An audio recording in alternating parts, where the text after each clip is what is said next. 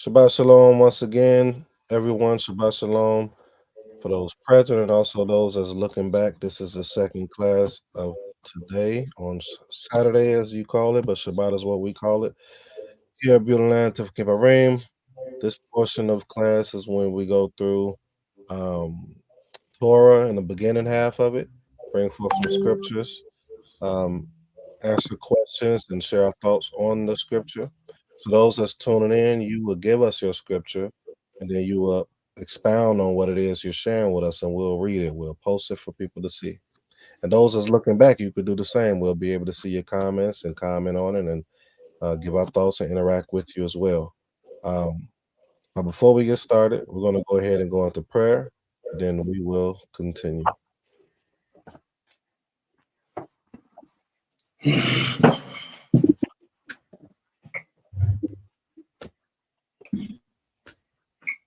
One second. All right. Heavenly Father, I come unto you, prostrating myself, begging for your permission to approach unto your holy throne.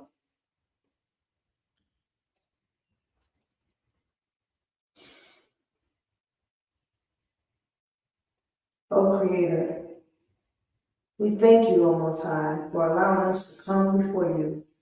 We pray and we ask, O Most High, that you forgive us if we have come before you in any uncleanness. We thank you, Creator, for allowing us to rise up and be here on your holy Shabbat day.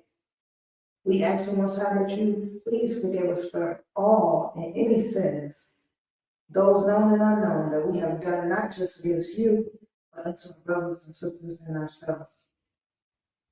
We ask, O Most High, that you correct us so we do not repeat those sins or iniquities. Most High, we come before you in the most humblest form, O Most High. Thanking you for your mercy. Thank you for allowing us to go through these different weeks of victories and trials and tribulations, O Creator. Some may have been harder than others, but every trial and tribulation, every trial and tribulation strengthens us, O Most High. Most High, we thank you for the word that you have brought forth today through the Nasa King. We ask that, O Most High, that you continue to be with them, be with their minds, their bodies, their spirits, be with their hearts, O Creator. Be with their tongue, O Most High, as they speak your word to your children, their brothers and sisters. Most High, we come before you asking for special prayers for those in need at this time, those in the prison houses unjustly, O Creator, those in the sick beds, O Most High, those who are uncovered, whether they be unsheltered or the fatherless or the widow. And if it be your will, O Most High, heal the sick, free the innocent, and cover those in need. We thank you, Creator, for the freedom of a long-time revolutionary who spent 50 years in prison, who was released May 8th, O Creator. We thank you for his release so he can go back to his family and community and do the work that you have freed him to do in this world. Most High, we thank you for the birth of our son. We thank you for all things that you have brought forth through his life being coming, the lessons and the blessings that you have bestowed upon us. We thank you for all the babies that were born in this last month and a half, O Creator. We thank you for all the sisters whose womb you have opened up. And we ask, O Most High, that you have healed each one of them or allowed them to heal, O Most High, in a way that you only know how to, Creator. We ask that you be with them in this process of motherhood, whether it be new or old, O Creator, and strengthen them. Many of them had young males, O Most High. We know that this world is against our Black men. Please protect them, O Creator, protect their lives and protect them as their mothers and the fathers that are present to be there to guide children, protect their children. Protect our young princesses that were born as well, Creator, into this world, that they may have a righteous covering throughout their life. Most High, we ask for special prayers for all those who are still in mourning, O Creator, because their There's no time limit for mourning. It comes and goes, O Creator, and we go through the motions as they come. So we ask that you be with each and every one of us who are experiencing that at any time.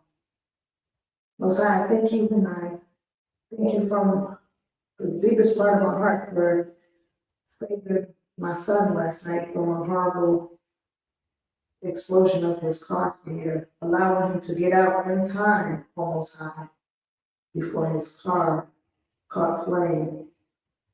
I thank you for sparing his life, almost high.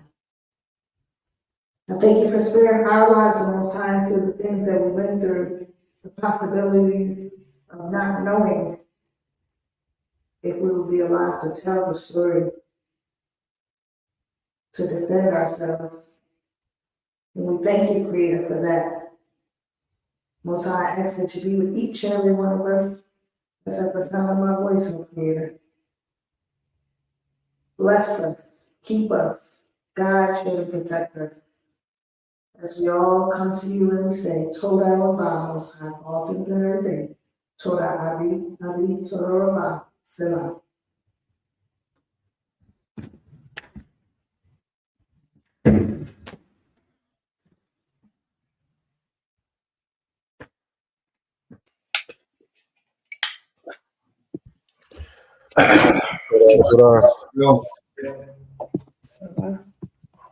All right, those of you that's tuning in right now, welcome back to the second half of class. If you have not yet, please make sure that you share it. This is going to be a very good conversation, very good class. This portion we go over Torah first to from the scripture we may have a question for, or maybe we've been studying on. We speak on that. You all share it. Bring out your thoughts on it. Let us know what you think on it. And then we'll be going into a conversation for the women. Tell us some things that you don't like about Israelite men or black men today. We want to hear it, we want to understand it, and we want to bring forth solutions. For those that's tuning in again, please make sure that you share it. I'm going to share it right now myself. Take the time right now, if you can, please share it with your family. Share it on your social media platforms. You share it. I'm going to share it right now. Right now, we have 3 likes, and it's about 12 people so far. Those 12 people that's watching, if you would, can you please give some likes? Give some likes. All right. Still climbing Yeah, up. 15 now. I need to go get something real quick. Okay, I'm gonna go give me a drink of water, clear my something in my throat. Sit up, sit up. All right, you all, please, if you would, go ahead and share your scripture. If you have any scripture that you've been going over for the past week or so, go ahead and share your scripture. Let us know your thoughts about it. Break down what it is you got out of it. If you have a comment or if you have a question about it, please ask, and we can see if we can bring forth the. All right, we're climbing up. Welcome those who's coming in right now. Welcome, welcome. Please make sure that you like and you share. All right.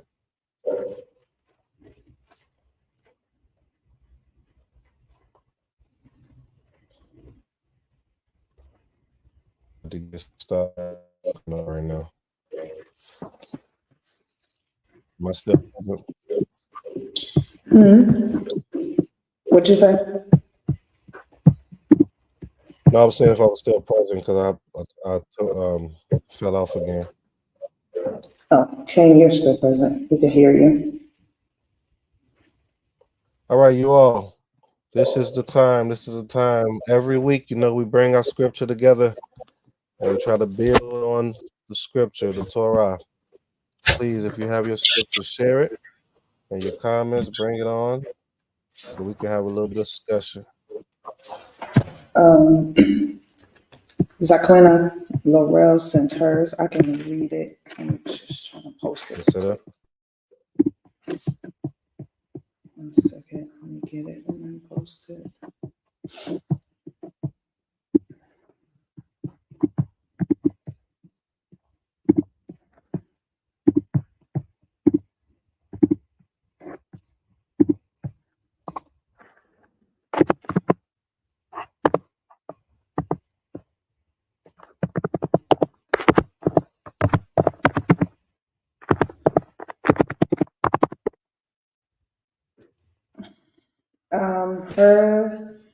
Zaquina Laurel's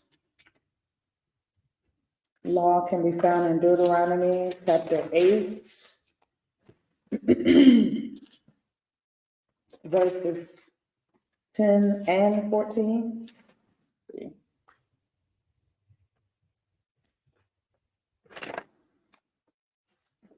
And thou shalt eat and be satisfied, and bless the Creator, thy power for the good land which he hath given thee. Beware lest thou forget the Most High thy power, and not keeping his commandments and his ordinances and his statutes, which I command thee this day, lest when thou hast eaten and art satisfied, and hast built goodly houses and dwelt therein, and when thy herds and thy flocks multiply, and thy silver and thy gold is multiplied, and all that thou hast is multiplied, then thy heart be lifted up, and thou forget the Most High thy power, who brought thee forth out of the land of Mitzrayim, out of the house of bondage.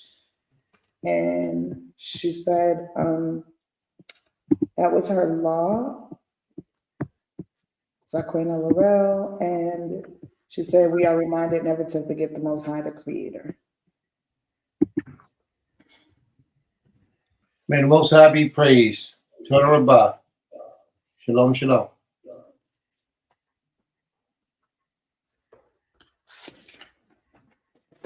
I'm actually not ready for mine, so. All right, no problem. No problem.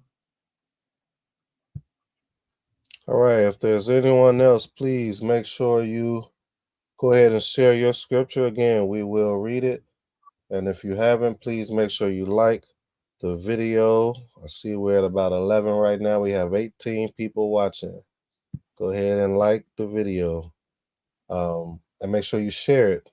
I just took the time to share it myself. Please share it. It's going to be a great discussion, great lesson today. As you all can see the title, tell us some things that you don't like about Israelite men or black men today. The discussion that a lot of leaders do not allow to be a discussion, and Prince is bringing that out today. So please share it. People want to hear it. We have Gabriel Kaza. She says in Leviticus 19 and 18, thou shalt not avenge nor bear any grudge against the children of thy people, but thou shalt love thy neighbor as thyself. I am the Most High. Wonderful. May the Most High be praised. Toda Rabbah, sis. Toda Rabbah. All right. Can Gabriel Kaza, if you can just give us your explanation of the scripture too, and I'll make sure I read it.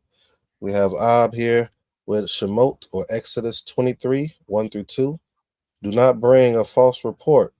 Do not put your hand with the wrong to be a malicious witness. Do not follow a throng to do evil, nor bear witness and a strife so as to turn aside after many to turn aside what is right. May the Most High be praised. Toda Rabbah.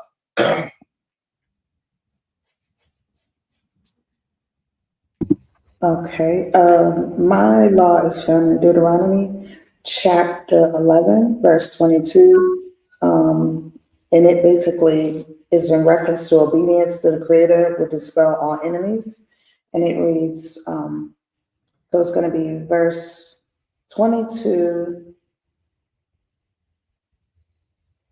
probably till 25. For ye shall diligently keep all this commandment which I commanded you to do it, to love the Most High in your power, to walk in all his ways and to cleave unto him. Then will the Most High drive out all these nations from before you, and ye shall dispose nations greater and mightier than yourselves. Every place where on the sole of your foot shall tread shall be yours. From the wilderness and Lebanon, from the river Euphrates, even until the hinder sea shall be your border. There shall no man be able to stand against you. The Most High your power shall lay the fear of you and the dread of you upon all the land that ye shall tread upon, as he hath spoken unto you.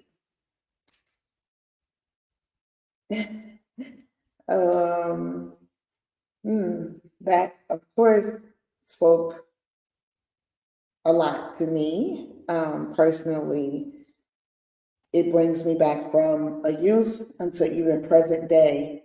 And it really kind of speaks to some of the things that I actually just recently fasted about, asking the Most High to give answers of why. And this kind of actually just now reading it helped me to understand why. Understand why certain things are up against us as a people, and certain things that has happened to not just myself, but to my family growing up and presently, what just recently happened. And what stood out to me most importantly was that the Most High said in verse 23, then will the Most High drive out all these nations from before you, and ye shall dispossess nations greater and mightier than yourselves. Every place where on the sole of your foot shall tread shall be yours, from the wilderness in Lebanon, from the river Euphrates, even unto the hinder sea shall be your border. There shall no man be able to stand against you. And that just makes me really think about how when they do come for us, they come in droves. And the Most High just said, because he's going to make them fear you. And he's going to make them he's gonna make them fear you. And so their nation, of course, when you look at us in small groups, they're gonna appear to be greater and mightier because there's so much of them. But they fear us, and that's why they come in that manner. And the Most High told us this. But he also told us, as long as we obey him, do his commandments, love him, and honor him, then he will, and cleave unto him, then he will make those people disperse. So we have to, it just kind of goes with what we said earlier, standing firm, staying true to who we are, no matter what. Don't let the forces out there, no matter how they present themselves, make you step back and fall to your face in fear of them instead of falling to your face praying to the Creator. So that's what that means for me, and that's what I have for that. Zehu. All right, may the Most High be praised. Torah. And I think Sister Aisha has her explanation. I'll put it up. Can you put the commandment first and then do the explanation? Okay. Wa'ikra 19:18, Leviticus 19:18. Thou shalt not avenge nor bear any grudge against the children of thy people, but thou shalt love thy neighbor as thyself. I am the Most High. The children of thy people referring to the Most High people, the Most High's people. We should not try to cause harm or hold on to anger from the Most High. The Most High's word to be true through lows, allow vengeance to be of the Most High, and allow vengeance to be of the Most High, and allow the Most High's word to be true through lows. All right, may the Most High be praised. Torah. Shalom. Shabbat shalom, Sister Anit.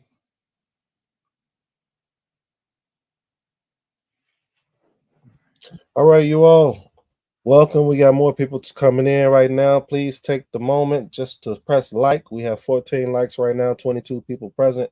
If you are on, please press like, and also share. It's going to be a juicy conversation today, one that is not typically had in our Israelite community and even maybe in our so-called Black community. So this is going to be a great topic. You need to share this. We are inviting people on the panel to bring forth their thoughts so that Prince could come in and bring maybe some solutions, and we just all kind of communicate on this matter, as well as other panelists that's on here as well. So if you have your scripture, share your scripture and we will read it, and also just expound on what it is you thought about your scripture, whether it's a comment or a question. Gaber or Need, if you have yours, you're welcome to go. Okay. Shabbat shalom, Ms. Fakad. Shabbat shalom, sis. My commandment today is coming from Deuteronomy or Devarim, chapter 25, verse 11 through 12.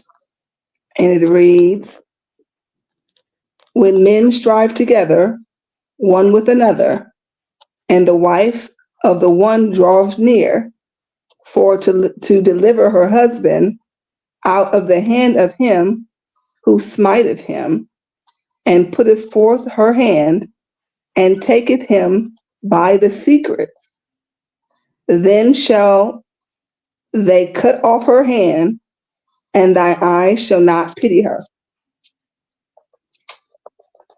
Well, this commandment is basically saying if two men are fighting severely, it said smiteth him. So basically one of the men that has the upper hand on the other, okay? And the wife is trying to, I guess, save him, or, and she grabs him by the private parts.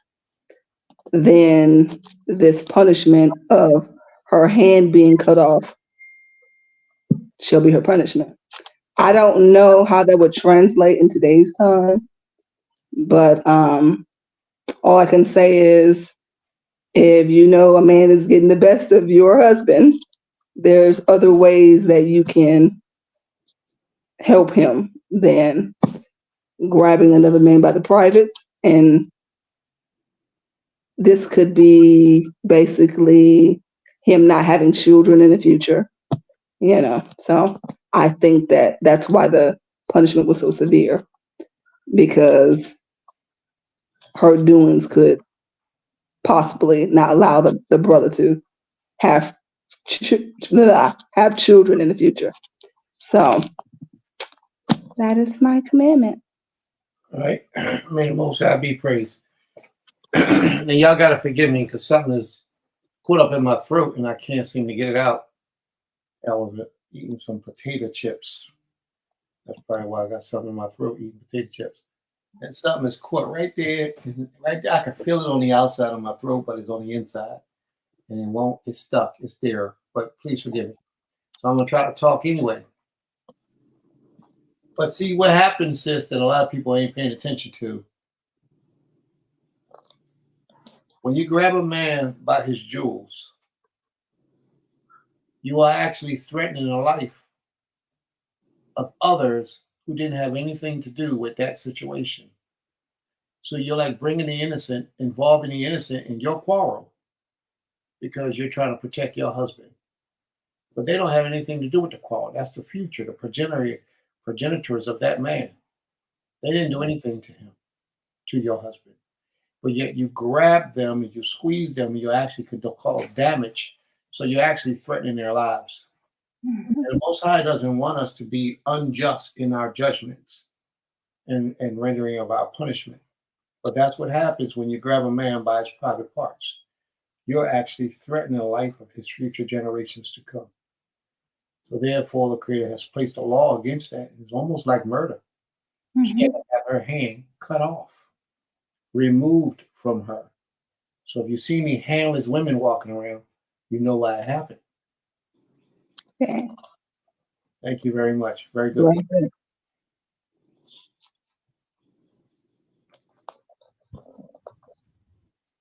All right. Shemot, Exodus 23:25. You shall serve the Most High, and he will bless your bread and water, and I will take sickness away from you.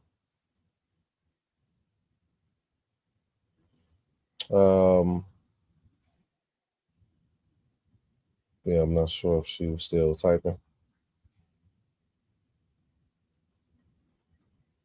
She says, my mic is open. What does that mean? She want to come to the floor? Sister Sakari, did you want to come to the floor?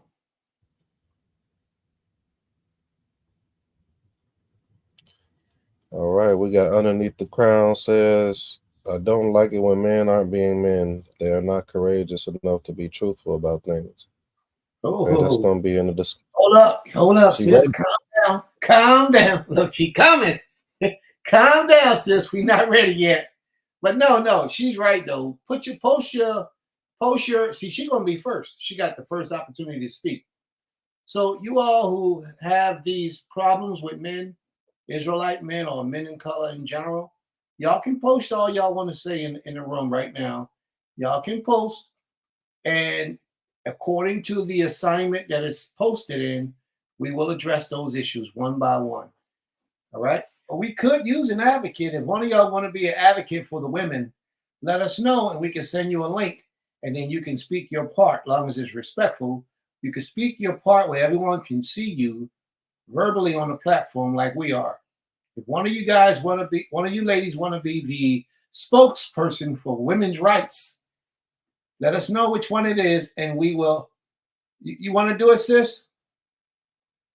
Sister Tara, did you want to do it? You want to come on the screen? I asked her already. I'm waiting for her to text me back. Okay. Oh, I was about to put the link in the chat. I got it ready to put it in the chat already if you want me to. She said not now. Okay. Because we could use a 1 point person, the one we had earlier, chickened out. I mean, she wanted to do it a different way. You always physically presentable, sis. You walk in the Hebrew spirit.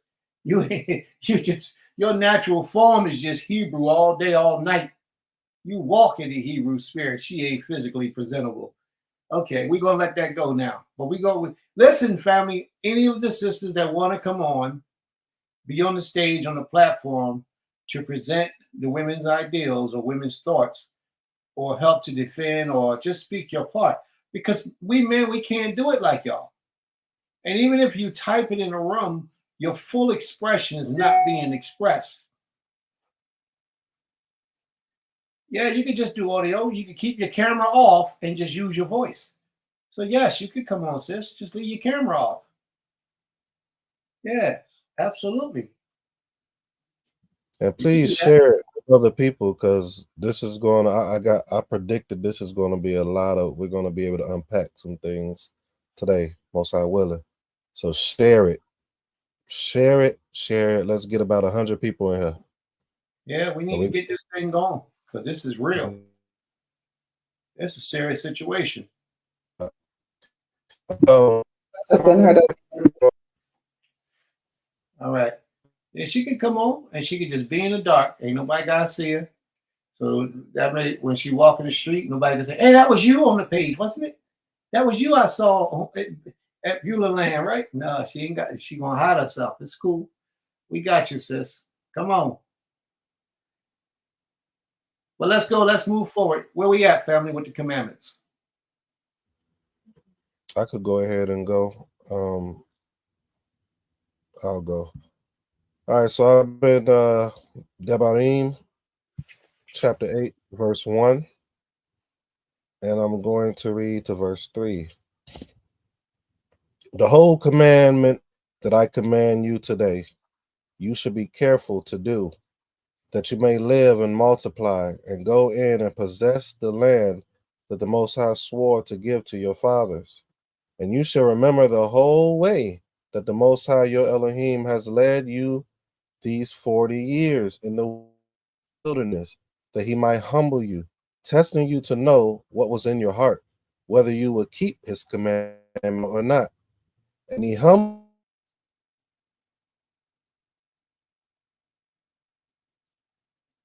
Can't hear you, Nasik.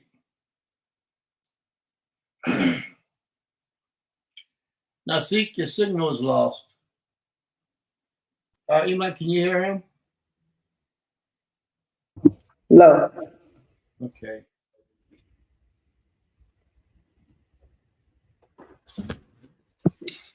All right. Everyone in the audience who may have some statement or things that they would like to discuss today, please type it in the room. You back with us, Nasik? Nasik, are you there?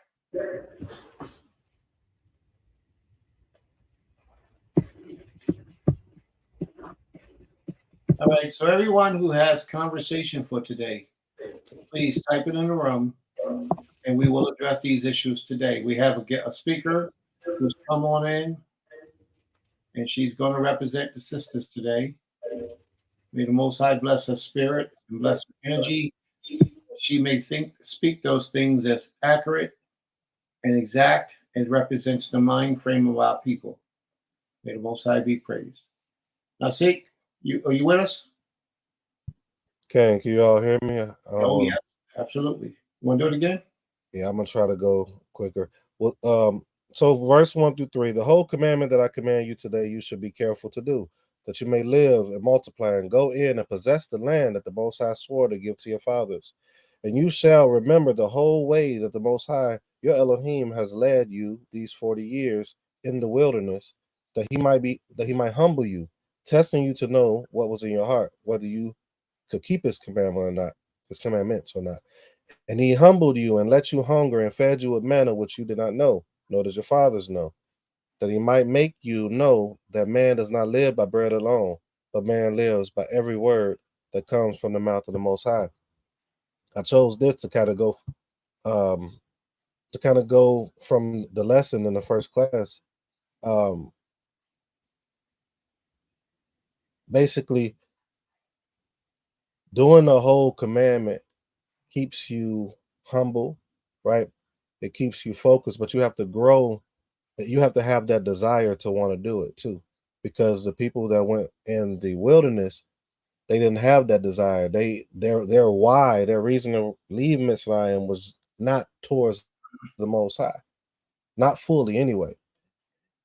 If it was a desire or the idea was there for them to do it, they didn't have that dedication for it.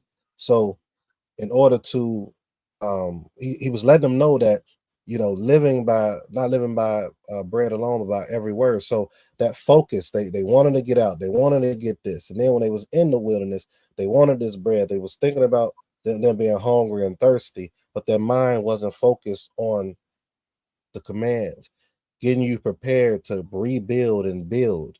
You had to be focused in that manner, not just to get what you want.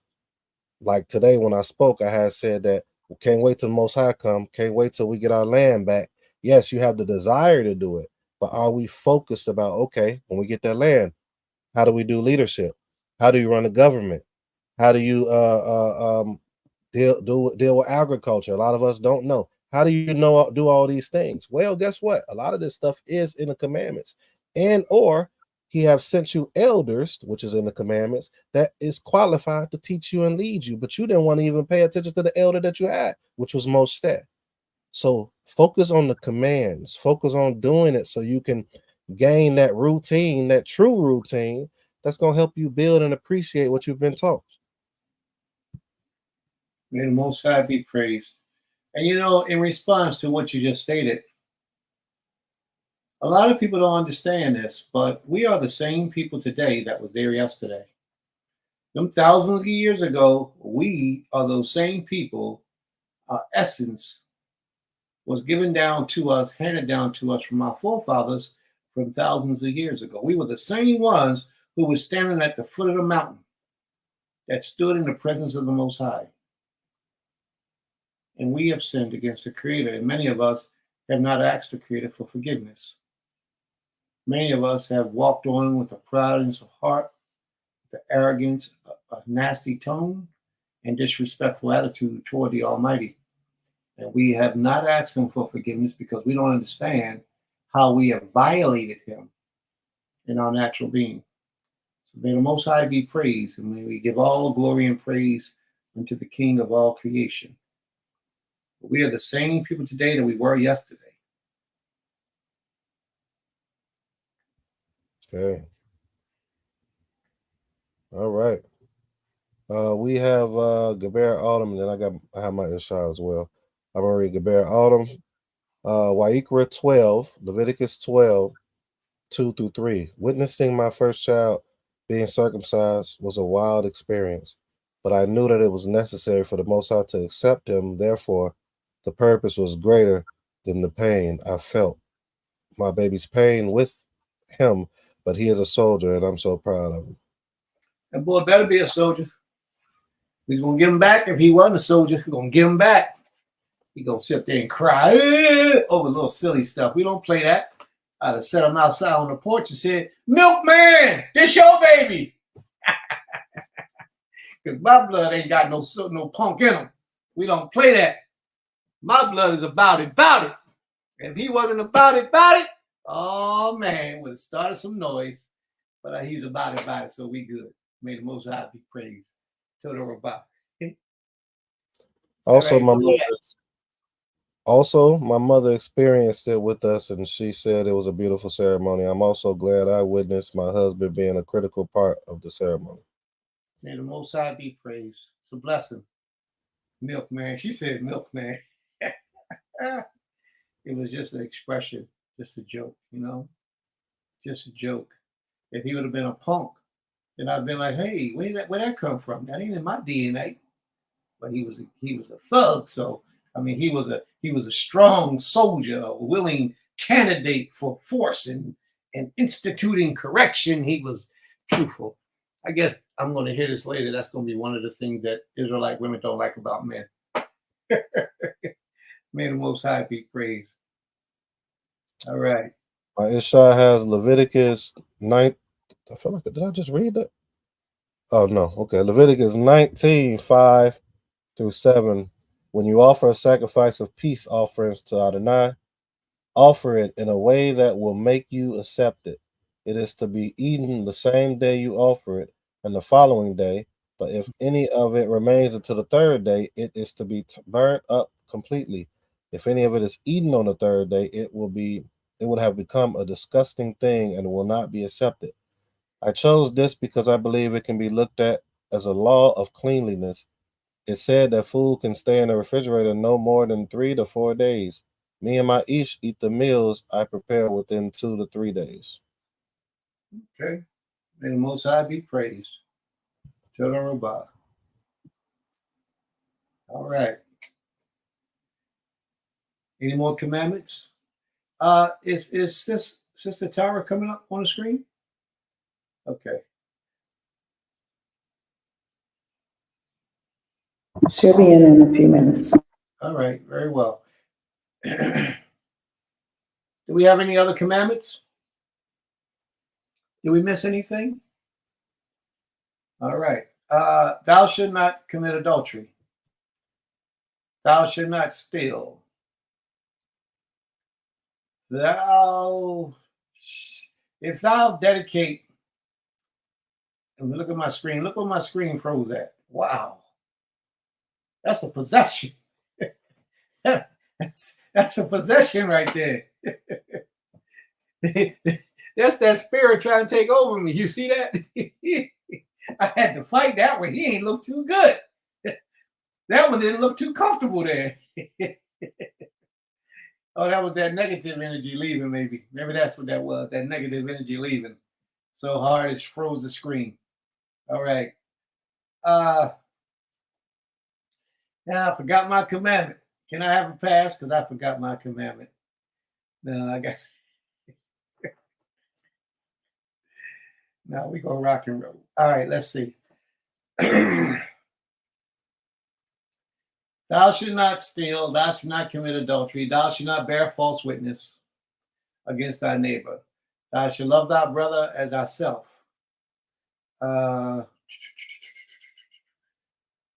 When thou comest to the land that the Most High giveth thee.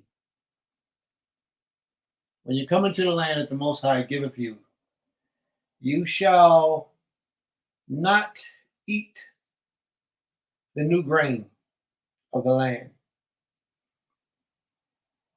Although how I always say, thou shalt not eat parched corn or new grain. I'm messing up, family. I'm gonna have to paraphrase because I don't remember it verbatim. But basically, it says, when you come into the land that the Most High gave to us, at the first entry in, we should not eat the new grain. We should offer that up to the Creator. And then in the third year, we're able to eat the grain that grew up. The first year you should let it go. You should let it stay. The second year you're supposed to let it stay. But the third year was the year that you were supposed to eat that new grain that was and offer the first 1 and 2 years up to the Most High. Now I have to paraphrase because I don't remember the exact way that it went, but it was so long ago since I last read it. But I like to try to dig into commandments that we don't so often say so frequently, to give knowledge and understanding on things that may have been forgotten by us as a Bible, Hebrew, Torah fearing people. So that would be one of them. And if somebody can find that scripture to bring it up so that I can be corrected, I would greatly appreciate that, so that we can get it 100% correct. All right. It's about the new grain. I believe it was in Joshua. I know the act took place in Joshua when we first went into the land. We couldn't eat the new grain of the land. We had to offer it up to the Most High first. And I believe that was for 3 years. The first and second year we offered up. The third year we were able to eat and partake of it. Just like when a man plants a field, the first things that come forward in that first year, we had to offer back to the Creator. You weren't supposed to eat those that break forth the ground, newly in the earth. You were supposed to offer them back to the Most High as a way of saying thank you to the King. For many years, when a man had a child, an Israelite child, the Israelite child, the first one that opened the womb, the matrix of the womb of the woman, was to be offered up to the services of the Creator. And then Numbers, the 8th chapter, somewhere around that time, is when the Creator changed that from being the firstborn of all of our seed unto all the children of Levi. All the Levites were offered to the Most High to take the place of your firstborn. And I believe that starts around the 11th verse, 12th verse in Numbers, the 8th chapter. I believe that's where it is. All right. Is there any other questions or comments, family?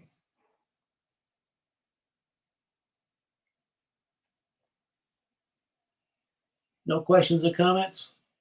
All right. Do we have any other readings from the sideline that we need to bring up and address?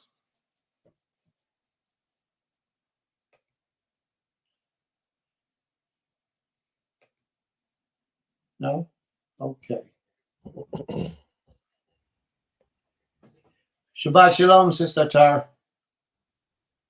Rofa Crown. Shabbat Shalom. Shabbat shalom. Shalom, Khan. Tov. We at? Shalom. Honey. Okay. We gonna get busy.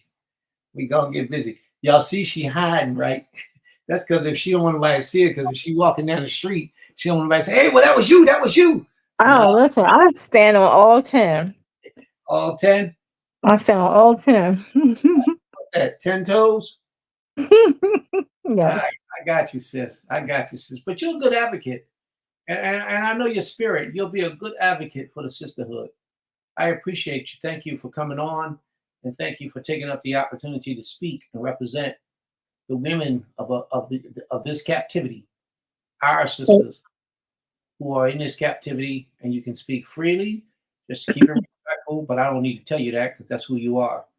So may the Most High praise, and may the Most High give you blessings for coming up and taking the opportunity to speak up when nobody else did. All right? So do we have any more commandments? I'm sorry, what you say, sis? Oh, no, I just gave praise to the Creator. I said, Baruch Hashem, Torah. All right. Do you have anyone else that would like to give us a commandment for the day? Tammy, Shabbat Shalom, Sister Tammy. There's no more in there on the screen. There's no more? All right. Here you go. Let's start it. Let's get it started. Nasik, where you at, Nasik? You still there, Nasik? Okay, I'm here. Anipo. Yeah, I need a backup. I got 3 women over here. We need backup, all right? All right, sisters. Now's the opportunity. And I'm gonna give you a little brief run about some things and some situations, and then we can bring it up and we can have the conversation. We have quite a few people in the audience too. It's a good, strong number, pretty good, strong number. The amount that we've been getting since we've started this. And I hope that the sisters that I'm addressing, I'm not going to speak by name And I'm not going to give you any identifiers so that you will know who these people are. But I want to address some of the things that they mentioned to me. And I want to bring it out, and maybe this can kick off the conversation in a better way. Sister Aisha.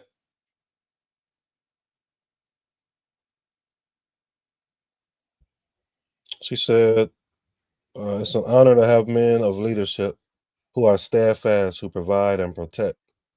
It is a lack of effective communication that troubles me. Do as I say with lack of communication. The male who dominates with lack of, or the male who dominates with lack of communication. Okay. All right. Shabbat Shalom. Dahlia. Shabbat Shalom, sis. May the Most High be praised. And listen, this is the platform. This is the time when we get ready to get it in. Let's keep it righteous, family. But I know I don't need to tell y'all because y'all ain't nothing but righteous folk up in here today. So we're going to move forward. Here's a little backdrop. I was talking to a sister earlier this week.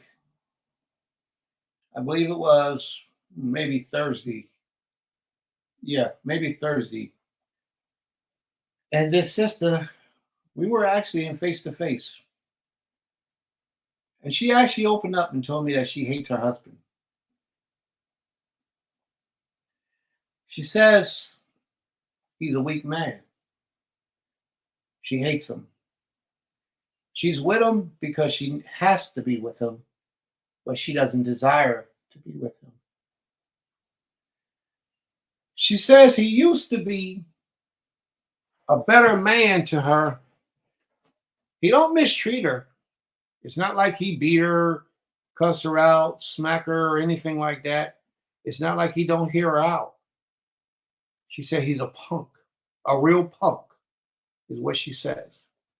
She says when he used to drink, because he stopped drinking, but when he used to drink, when they first met, she had a lot of respect for him when they first met because he was courageous, he had heart, he was strong, and he was a go-getter. And she said when he stopped drinking, he became the real him, and it was somebody that she grew to despise.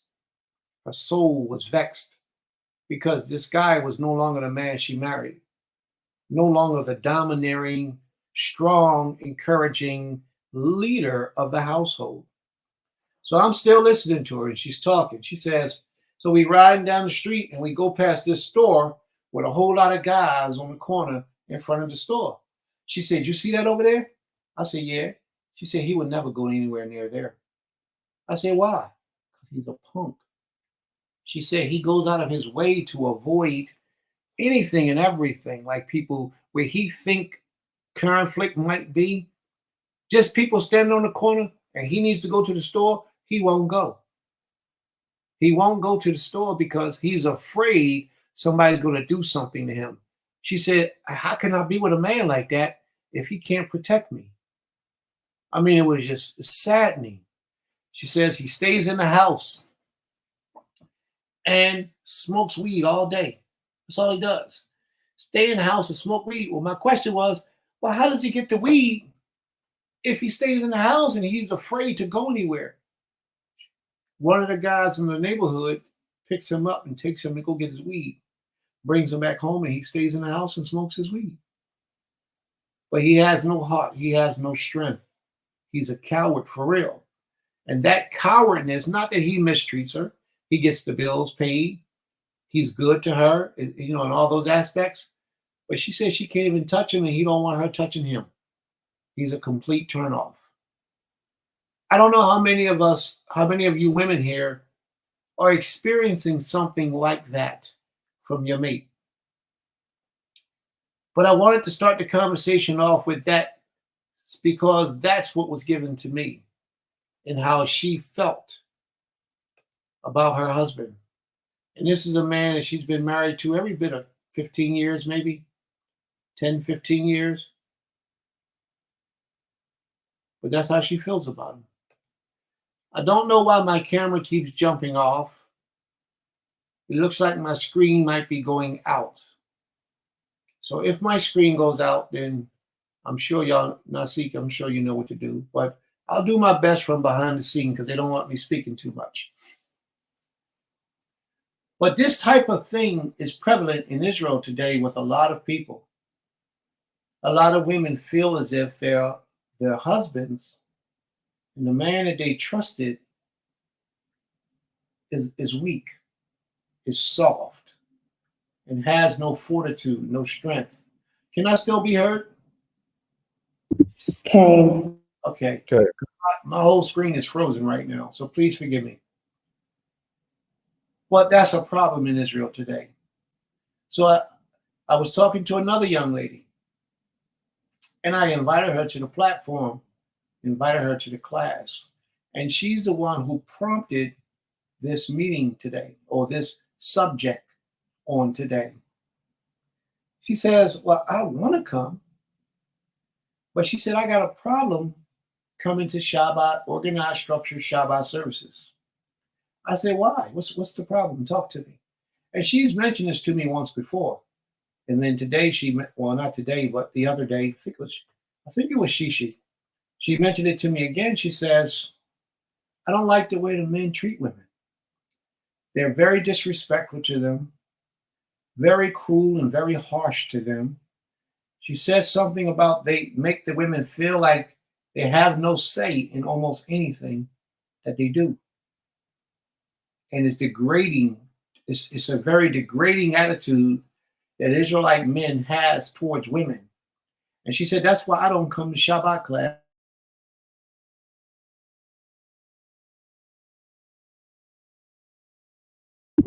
I think his mic, yeah, let's see. Hopefully I don't go out as well. Before we continue, I'm gonna wait on him to try to come back in. It's 31 people on right now. Please, if you haven't yet to do so, make sure you like the video. Today is going to be a heavy topic, and it's going to be different than what a lot of you all experience on this platform. Us as the leaders on this platform, as men, we want to get the women involved. We want them to be able to have a voice and talk as long as we're all balanced as possible.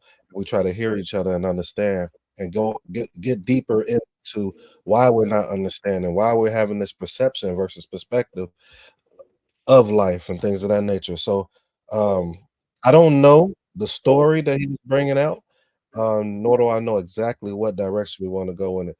So what I want to do is kind of start with Rofa Crown, unless Princess, you kind of did you kind of already know what was said? Maybe you can expound. Okay, if you can expound on everything, and then that give me a better platform to bring forth my comments. Okay.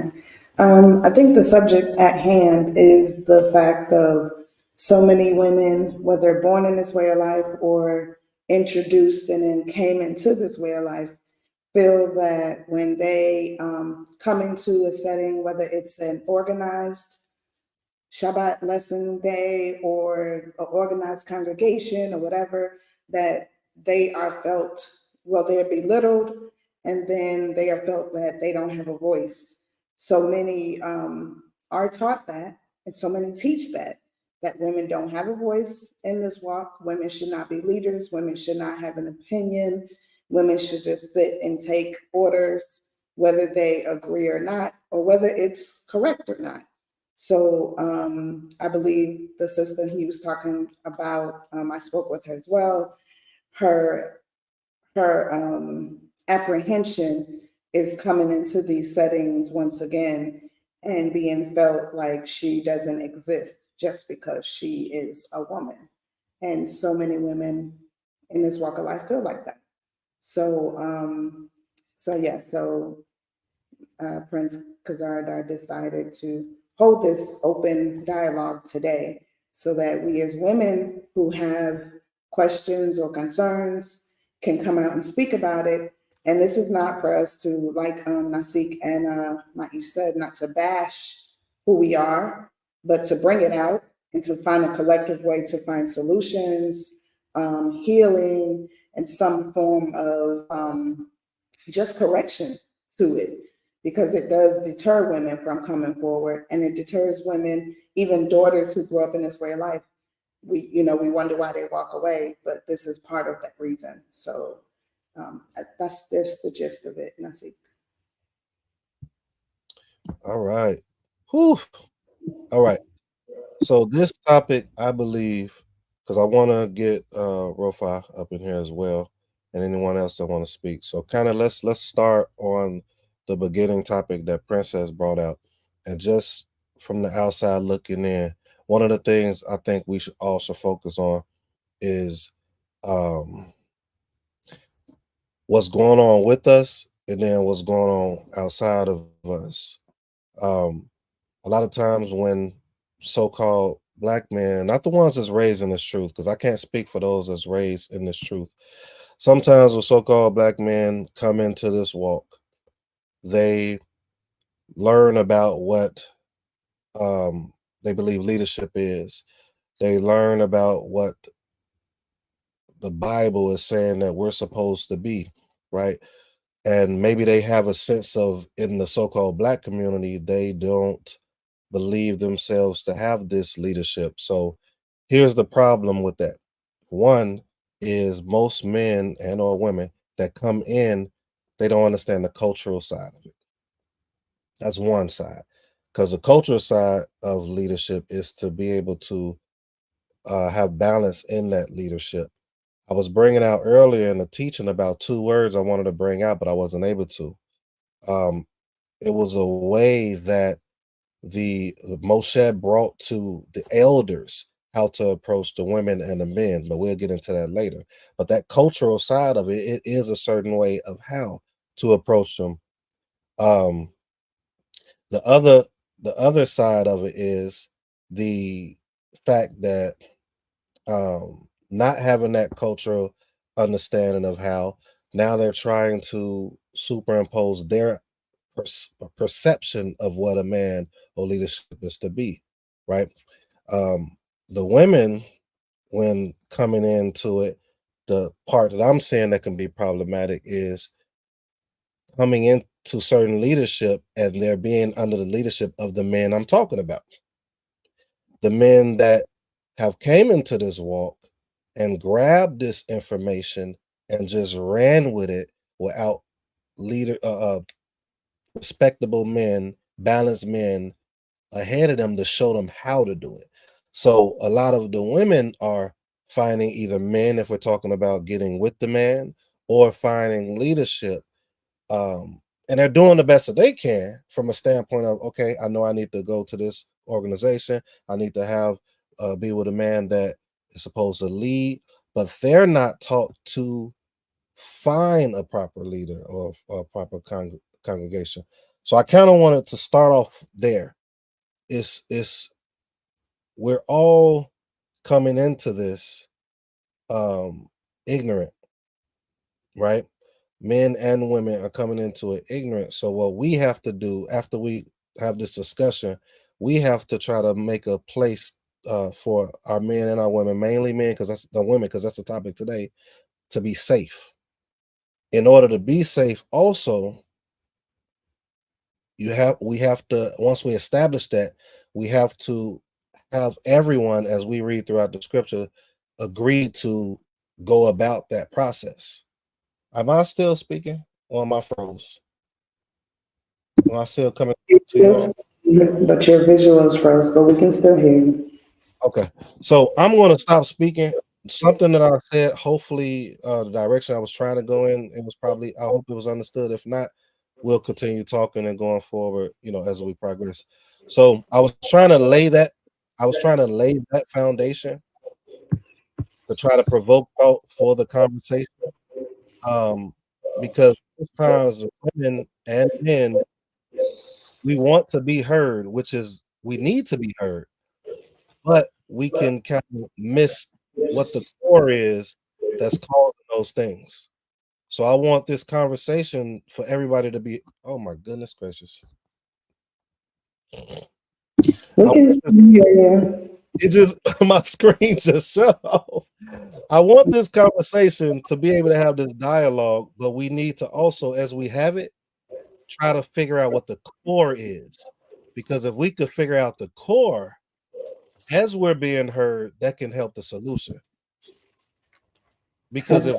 if we're just bringing what we're going through, it could just be a debate. A lot of people end up debating, or a lot of people just say what they say, and then we leave and we haven't gained anything or learned anything. So I'm going to pass the mic to Rofi Brown or Princess before I pass to Rofi, whichever one want to go first. And then I just wanted to lay that foundation. And if I need to explain more what I'm trying to say or what I was trying to convey, I will later. But I want to pass the mic to you all. Okay, I can read the comments and then Wolfgang Crown, you can go more in depth, and then Nasik, if it's when it's called for the male perspective, I guess you can chime in, and I guess when my ish come on as well. So the first comment that Rofa Crown posted was, I don't like it when men aren't being men. And then she said, they are not courageous enough to be truthful about things. And if a man leads with truth and honesty, his woman will lead. And right, so Rofa Crown, did you want to come in now and speak, please? Yes, absolutely. Shabbat shalom, everyone. So when I saw the caption, says women, tell us some things that you don't like about Israelite men. And it's not, that's just, that really intrigued my thought. It really just made me want to say what I'm about to say. Um, so,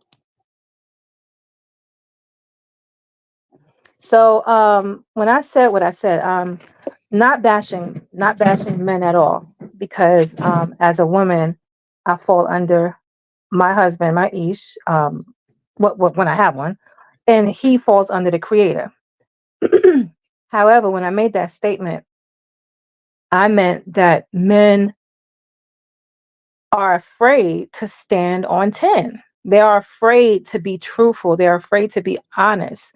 So when the women see that these men are afraid to be honest about whatever it is that they want to do in life, whatever lifestyle they choose, it's going to give women like it's gonna make us feel like we're not being protected, because my husband, he's not truthful about certain things. He's not being honest. I'm in the dark. But if my husband comes to me and tell me, hey, this is what we're doing and this is what I stand on, and this is my belief, this is my truth, and he's walking in it 100% wholeheartedly, the woman's gonna follow him. But if I see my husband on Shabbat, he's dressed up like King Pharaoh, but on Sunday through Friday, he's dressing up like Bob that on the corner. It's like, who are you? Like, who do you want me to follow? Like, what are you teaching? What are you teaching my children? We so I say that to say this. We follow men when we see that a man has a vision. We follow men when we see the man walks in truth 7 days a week, 30 days out of the month, for all these days. We follow our husband truthfully when we see our husband walk 100% in truth, regardless of what he is. If he decides to choose to not walk in his way, and he say, hey, I'm not doing this anymore, wife, this is what we're doing. Hey, if I'm walking with you, not saying that I'm going to lead this way of life. What I'm saying is, if a husband or a man comes to his wife and be truthful about anything, she's going to follow him. And what comes to mind for me is polygyny. If you know that you are interested in other women, and you are attracted to more than one woman, then tell me that. Let me be the deciding factor to say, hey, I don't want to be in this relationship because I'm not comfortable with that practice. That's cool. Don't lie to me. Don't lie to me and tell me, hey, no, it's just you, baby. I got my eyes just on you only. But you sneaking. You got an OnlyFans page. You sneaking out at night. Now, me personally, I'm pro polygyny. I'm pro polygyny. So I'm not speaking from experience. I'm speaking from what I see other women go through. I don't understand why, if you're interested in other women, just say it. She will respect you more. She will respect you 100% more if you're honest with whatever you are doing in your life. That's what I mean when I said men are men. If a woman see a man and he's truthful about whatever, she's gonna follow him. And if his vision is clear and she understands it, she's gonna follow him. Another thing, communication.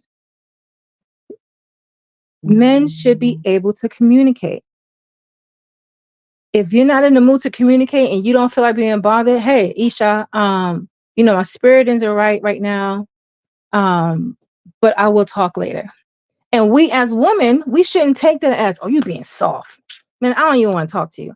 Okay, Ish. All right. I'll come back later. Is it a time that, you want me to come back? Do you want me to write you a letter? We can't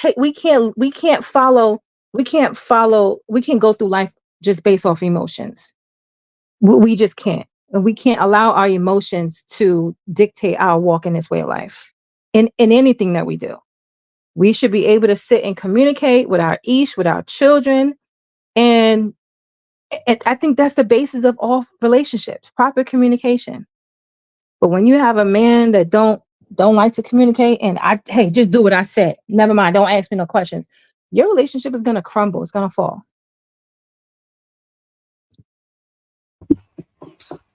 I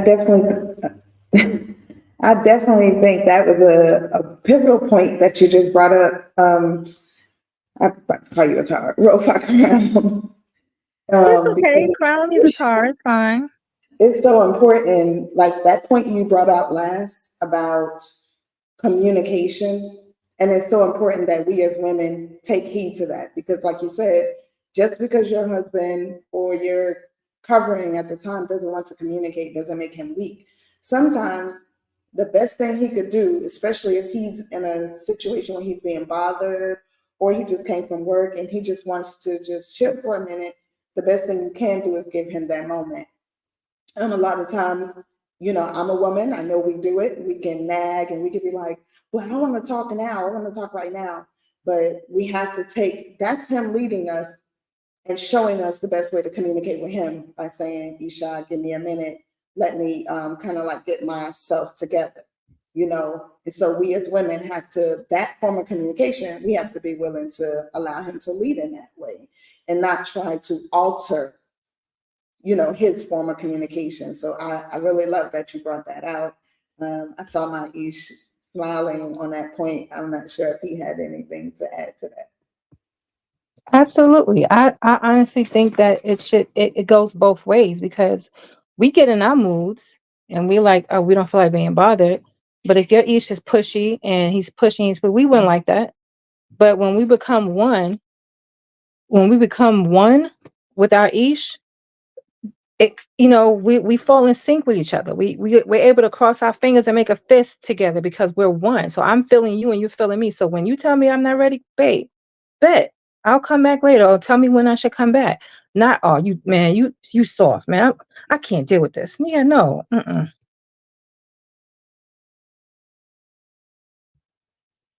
All right. Prince, you I want definitely agree. okay, I'm sorry. Go Barrett, I need you want to go? I definitely agree. Shabbat shalom. Just to, I don't want to say piggyback, but to ducktail on what you're saying. I think that majority of the time, the relationships that men have been conditioned or learned how to deal with women are from worldly experiences. That's first. So you're dealing with women out in the world that say, hey, they can't take the truth. They can't take you being honest to them. So they learn to lie. Okay. And so now you learn to lie, and now you're a liar. And so you come around and you meet a congregation, or you're introduced to truth in this lifestyle. Like I said in the chat, it's attractive because our very foundation of our culture is the man is the head, then it's the woman, then it's the children. Yah's first, then the man, then woman and children. And so that's attractive to most men that aren't getting that out in the world. They're being beat down. They're being treated a certain type of way. Already, like I said, conditioned a certain type of way. You ain't ish. You ain't never gonna be ish. You know what I'm saying? So they're already like, okay, now they're attracted to this culture. They come in, but it's not like night and day. You like a light switch. You're not going to just be able to shed those same conditionings, just like the sisters. So now you're dealing with a sister in the truth, and they're dealing with you the same way as they would deal with a woman out in the world. They're lying. They can't be real with you. But I just feel like it takes another brother to really pull their coattail and be like, hey, that's my issue that I have. I feel like people aren't being, just like you said, they're not able to be, or they're not being transparent enough. You know, you're not able to check or speak to your fellow brother like, hey, that's not how we do that. And really holding a brother accountable. And see that spirit, we've talked about this in the past, where when the Most High gave the commandment to Adam, he gave that commandment to Adam first. No matter what Kavah did, that spirit of what was the woman you gave me? That was already a certain spirit that he was embracing then of lacking accountability. That same spirit is running prevalent in Adam and Elohim today. And so, like I said, making the brother, there's not enough brothers that are making other brothers accountable for their actions, really teaching them, and how they say steel sharpens steel, really sharpening the next brother. So when they see these things happening or hear about these things happening, they're not addressing it in truth. They're just, I don't know what they're doing. Maybe they're playing into it. Maybe they, agreeing with it or keeping quiet.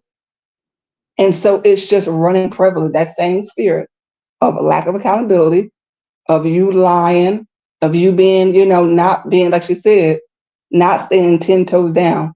For me, be real with me. I can take it. And I can show you that I can take it. I'd rather you be honest, because I will have the utmost respect for you. In the end of things, even if things don't necessarily turn out how I would like them to be, let's say in like a polygamous type of relationship, I'm very pro as well. But be honest with me, because I'm not the type of person that you're going to keep behind closed doors. I'm just not that, I don't have that type of spirit. And so whatever it is, even the fact that you're with me first and you're trying to bring another sister around, be real. And there's a way of doing things. You're not just, hey, this is Leah. All right, Leah, this Orny. All right, y'all get to, no. I mean, there's a way to do things. But at the end of the day, be honest, be real, be a man. Say it with your chest. Because that is what's going to gain you the most respect in the end. But go ahead. That's my 2 cents for now. I also want to say that when a man, Israelite man, I truly honestly believe that when he is in tune with the Creator and when he's 100% with the Creator, his spirit will fall in line as well. But you can't be flaky with the Creator and then, just try to, just willy-nilly with the relationship. Because if the Most High said Elijah should not tarry in my sight, he's going to respect that. And then he's going to say, you know what, I can't be a liar. Because at the end of the day, I have to be truthful. So I got to be truthful in my walk. I got to be truthful when I say things. I just got to be truthful. So I'm not going to lie to my Isha. And like Sister Ernie said, there are ways of doing it. Now, it's not a blueprint for polygyny, but we got to use wisdom. If brother, you can't, if you are not putting in 100%, if you're not 100% man, why should I want to share my 50% man? Why should I want to share that? You're not even putting 100% in this relationship. Because the creator also said, hey, my food, my clothes, my duty to ram, it cannot diminish. Not 1 ounce, not a millisecond, not a gram. It cannot reduce. You cannot take from me to give to her. So if you're not 100% man, I'm not going to share my 80% man. I'm not going to want I'm not going to want to share my 50% man. I mean, come on, these things are for men. This way of life is for men. It's not for little boys. And just because you have the male gender does not make you a man. Like my Abba always says, where there be no men, strive to be one. And there has to be some men in this nation to stand up and be the poster boy for a man and do it right so that other men can follow, so that women can follow. I mean, it's attractive to see a man walk in truth. It's so attractive to, I mean, he has no skeletons. Thank you, It's sir. so Thank you. it's so attractive to see a man walk in truth. Like you won't see him doing things Sunday through Friday that you have to question. I mean, I have a lot to say, but I'm gonna let somebody else go. We're gonna be on all day. Let's go. All right, let me jump in for a second. We're gonna be the fire starter. It's easy when a woman says all these wonderful things that I'm hearing. But the opposite happens when he begins to discipline and do and be the person that he's supposed to be. What do you mean discipline? Like, I'm gonna bring it. I'm gonna bring it. so, I'm one of those males, one of those men who ain't got no problem speaking the truth. oh, I know it. But the thing is, I think all of that wouldn't even bud. All that wouldn't even bud because we would take care of that from the beginning. Because in the Tanakh, it says, when a man leave his father and his wife, that when he find his wife, they shall cleave and become one. So all of that, everything, he won't even have to discipline me because we're going to lay out everything in the beginning of the relationship. Nothing's coming up a year after, 2 years after. You ain't got to tell me, hey, I thought I told you I ain't like this. I thought I told you I ain't like this. You ain't got to discipline me. Just tell me what it is, how you want me to run my house, how you want me to raise the children, and let me lead. Let me lead. Lead in righteousness, and I'll follow suit. Your house will be in order. The kids will be raised right. Your food will be cooked properly. I'm going to help you lead.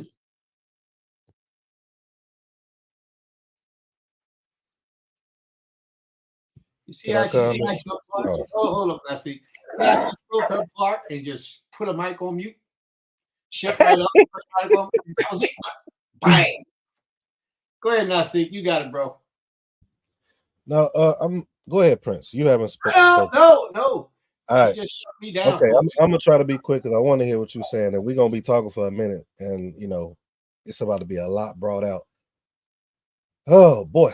The one thing out of everything that I love, and I like a lot of what Rofa Crown said, is to put it in the beginning.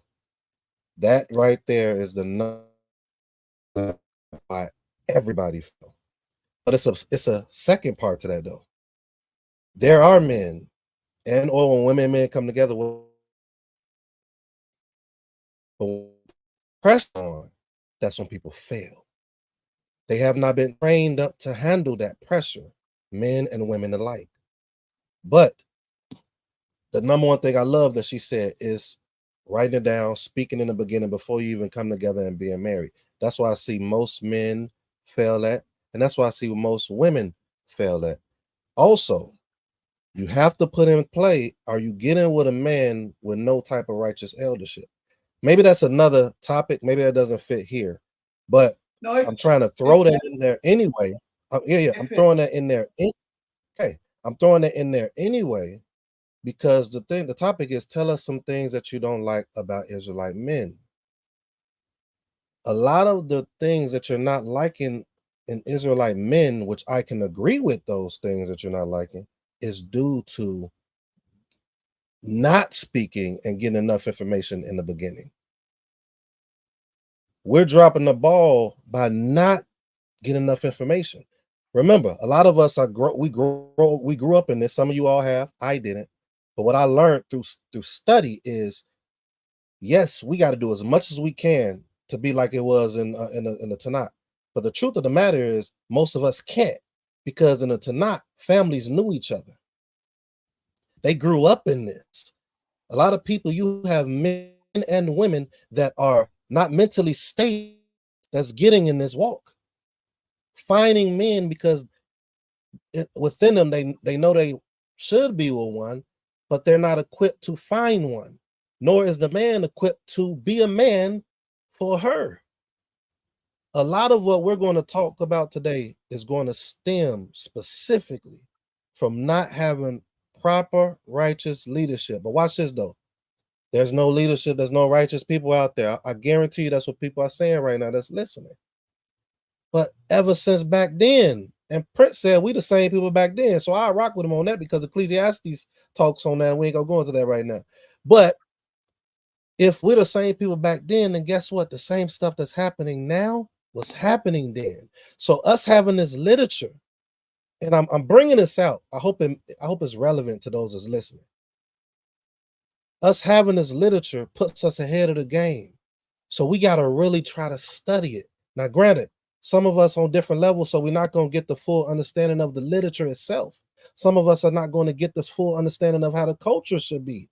But the number one thing that I want everybody to grab from what she said so far is everything should be said in the beginning. But the part I want to throw in there is it really matters when it happens, though. We say a lot of stuff, and I'm gonna close out and land my plane right here. We say a lot of stuff that we'll do and we're willing to take in the beginning, but we're not equipped to take that. We have the desire and the idea of getting this goal. Want to be married to a righteous man. I want to be married to this leader. I want to have me a virtuous woman.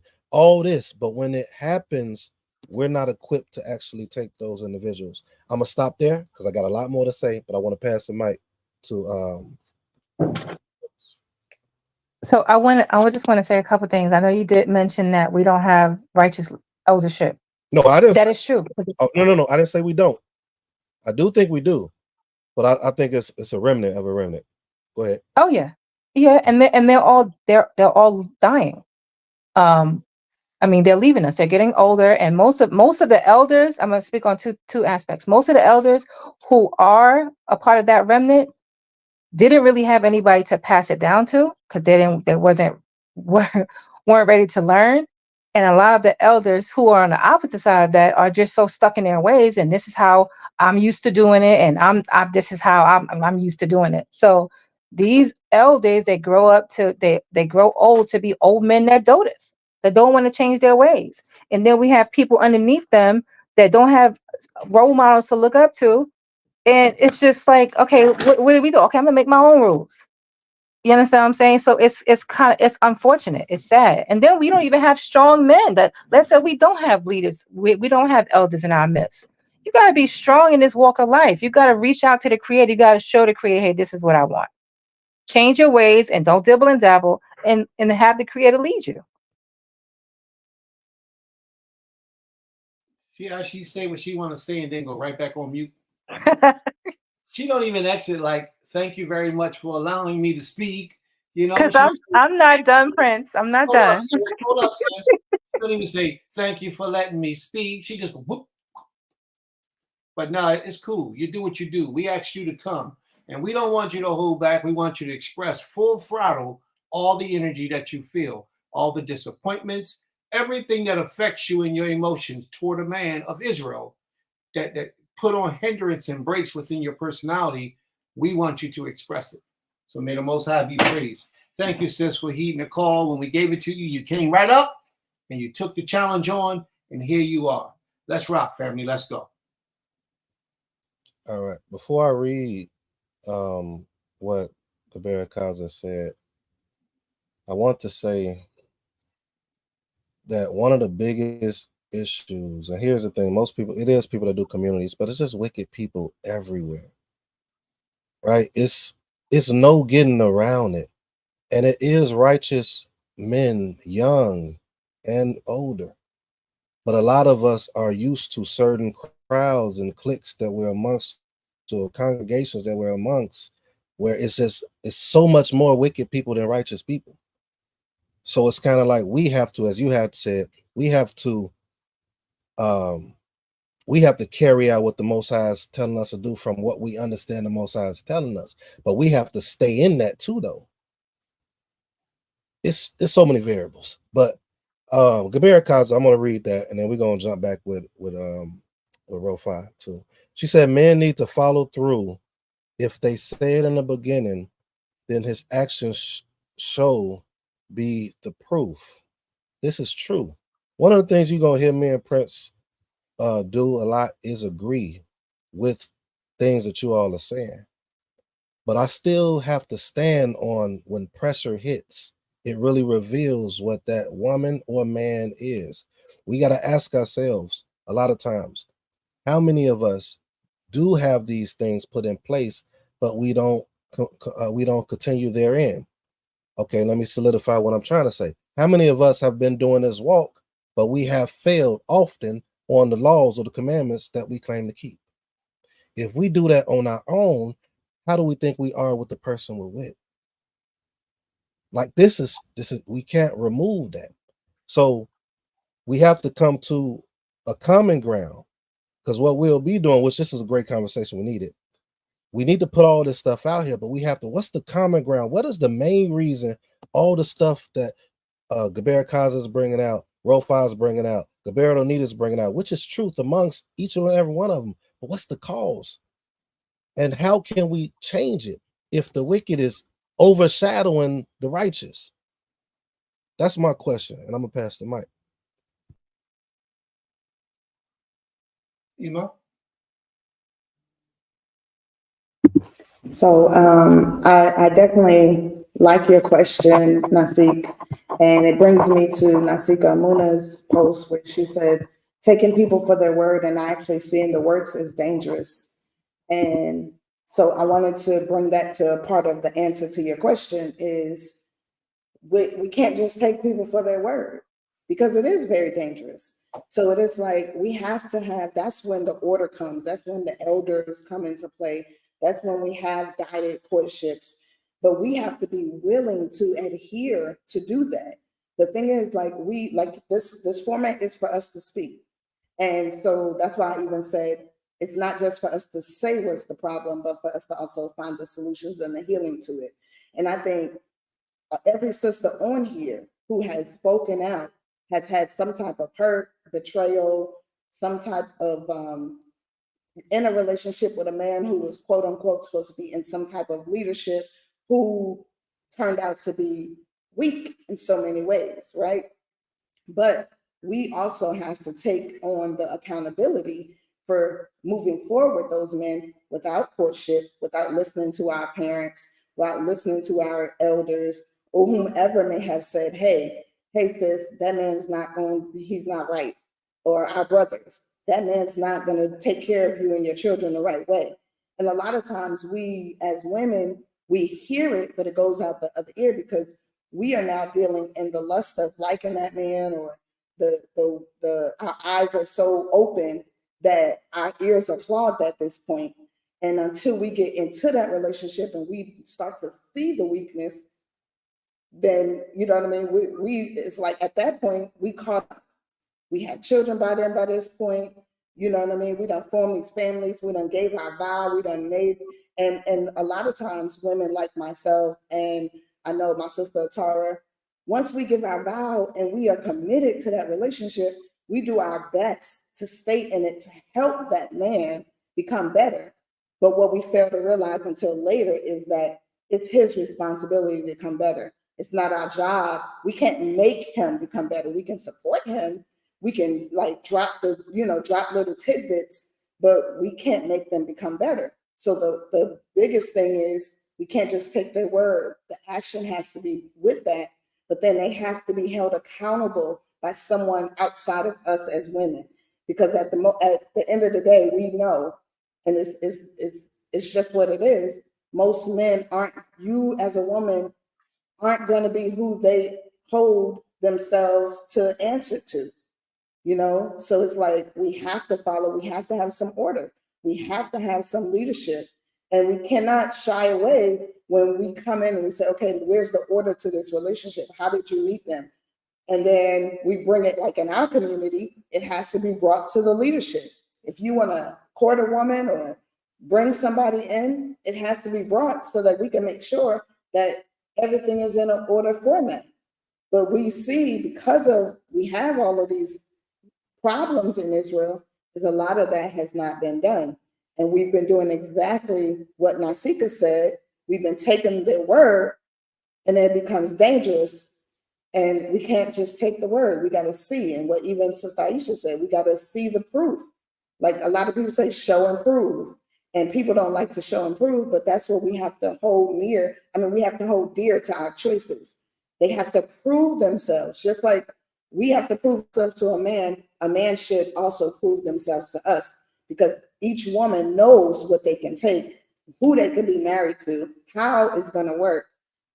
You know, despite if we're strong or if we're not strong in certain aspects as a woman, we know what type of man we need to be attached to, if that's understandable. Okay, very well. Very well. May the Most High be praised. Total Rabah. All right. Y'all finish? No, I honestly think that we as I don't like this term, but it's the best term that I could use for right now. African Americans, Black people, we tend to shy away from counseling. We tend to shy away from seeking help from other people because we're so full of pride. If you need help, you need help. That's it. If you need help, you need help. We've gone through so much trauma in life that we don't want to admit that we need help. We don't want to admit that, hey, I need somebody else. I need some, iron sharpen iron. A lot of men, they are so weak when it comes to that part. Hey, I feel less of a man because I'm asking somebody else for help, whether it be physically, financially, spiritually. You don't want to ask for help, and you don't even want to buckle down and get strong in this way of life so that you can get the help from the Creator. You just, I'm doing it my way. like we need help. We need counseling. We need to be able to sit and talk to somebody, or to get help. Ask for help. Receive it when it's offered to you. These are some things that the nation of Israel, we lack. We don't have that. Like, it's okay to ask for help. That's another thing I don't like to see men. You need the help, ask for it. And on the flip side, when you ask for help, I shouldn't hear it. I shouldn't hear it back. I shouldn't hear it back from other people. Stop gossiping. Stop talking about other men's lives. So it's kind of like a double-edged sword. It's like you damn if you do, damn if you don't. But we need to do better. There she go. Just drop the mic again. Just drop the mic. Say what she's saying. Just she out. All right, Sister Ornette, you want to comment?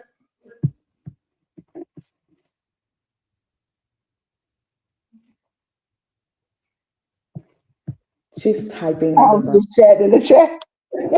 Well, you got access to the mic, sis. You ain't got to chat. Make your voice heard. Make us understand. Make it felt.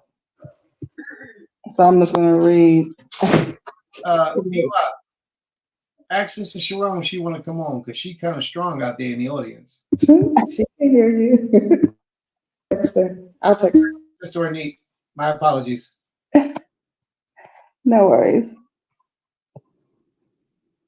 I was just saying that most of the time men can't receive from a woman. And that's why I said in the beginning, it's going to take another righteous man to put a coattail and hold that man accountable for his actions. And then most men don't know their purpose and don't have a purpose. That plays a role as well. And also when Nasik was speaking of getting counseling or sitting at the feet of elders, to get their opinion on the matter, as far as coupling goes, a lot of times sisters aren't real with themselves too. You know, of course, both parties play a role, but a man will say in the beginning, "Hey, I'll this is what I want, this is what I'm about, X, Y, and Z." But because that man looked good, because he's a young, strong, strapping lad, you know what I mean? Because the sun glistened off his skin a certain type of way, because his hair cut Thank his you. beard, Thank you, sis. then women can be like, yeah, I'm with that too. I'm for that too. And in their heart, no, they ain't with that. No, they ain't for that. So, like I said, both parties, if you know you're with a man that knows his purpose and he is focused on the creator's work in a certain type of way and showing in his actions, and he's telling you in the beginning, this is the type of wife that I need. This is the type of sister that I need by my side. And you're saying, yes, I can be that person. I am that person. You have to be real, you know, so you're not deterring him or secretly in your heart, like, he'll bend for me. He'll do this for me. And when he does not, you're upset or you feel a certain type of way. So that's my 2 cents. May the Most High be praised. All right. My screen is acting weird again. I don't know what that is, but wow. Let me see if I. Okay. Can I be heard? Okay. Yes. All right. I don't know. Okay. Something's going on with my screen. I really can't see anything. Am I frozen? No, you're moving. Okay. Well, one of the things I want to mention is that there's a big difference between a male and a man. And what I hear y'all describing, for the most part, are males. I don't hear too much description of a man in these whole situation that I'm hearing today. Most of the problems that I'm hearing coming from the audience is describing males, not men. Because men are those things that I hear the female saying, this is what they desire as a husband. But what I've learned is that, because I do a lot of counseling, and a lot of my counseling are with men as well. I mean men. And their problem with their women is that they, like the last sister, I believe it was Sister Ornette, they say they're going to do something and never do it. A man, not a male, a man is going to let you know what he's about. He's going to tell you up front what we're doing, my direction, my vision, and my understanding and my expectations of you. A female, a woman, on the counterpart will say, okay, I'm with that, just like Sister Ornette said. But in her mind, she knows it's difficult. For example, the brother says, we're going to be vegan in my household. We're not eating meat. And his sister, because he's glittering, the sun is shining off his skin, like she said, and he may be in a position of statue, of position of strength, or a title of nobility within the community, a leader or a moray, even a moray or something. She wants to be a part of that because she understands that it helps influence her status as well. So she'll agree to a lot of those terms and never meet the requirements that he laid out in the beginning, therefore creating a problem in that relationship. Most men require things of their women that a lot of females can't even come close to doing. Real men is what I'm talking about. I'm not talking about no weak man pretending to be real. I'm talking about a real man that's carrying his own, handles his own, the man that walks to you and say things like, sis, if you're my wife, you have the option to work, whether you want to work or not. That's a man.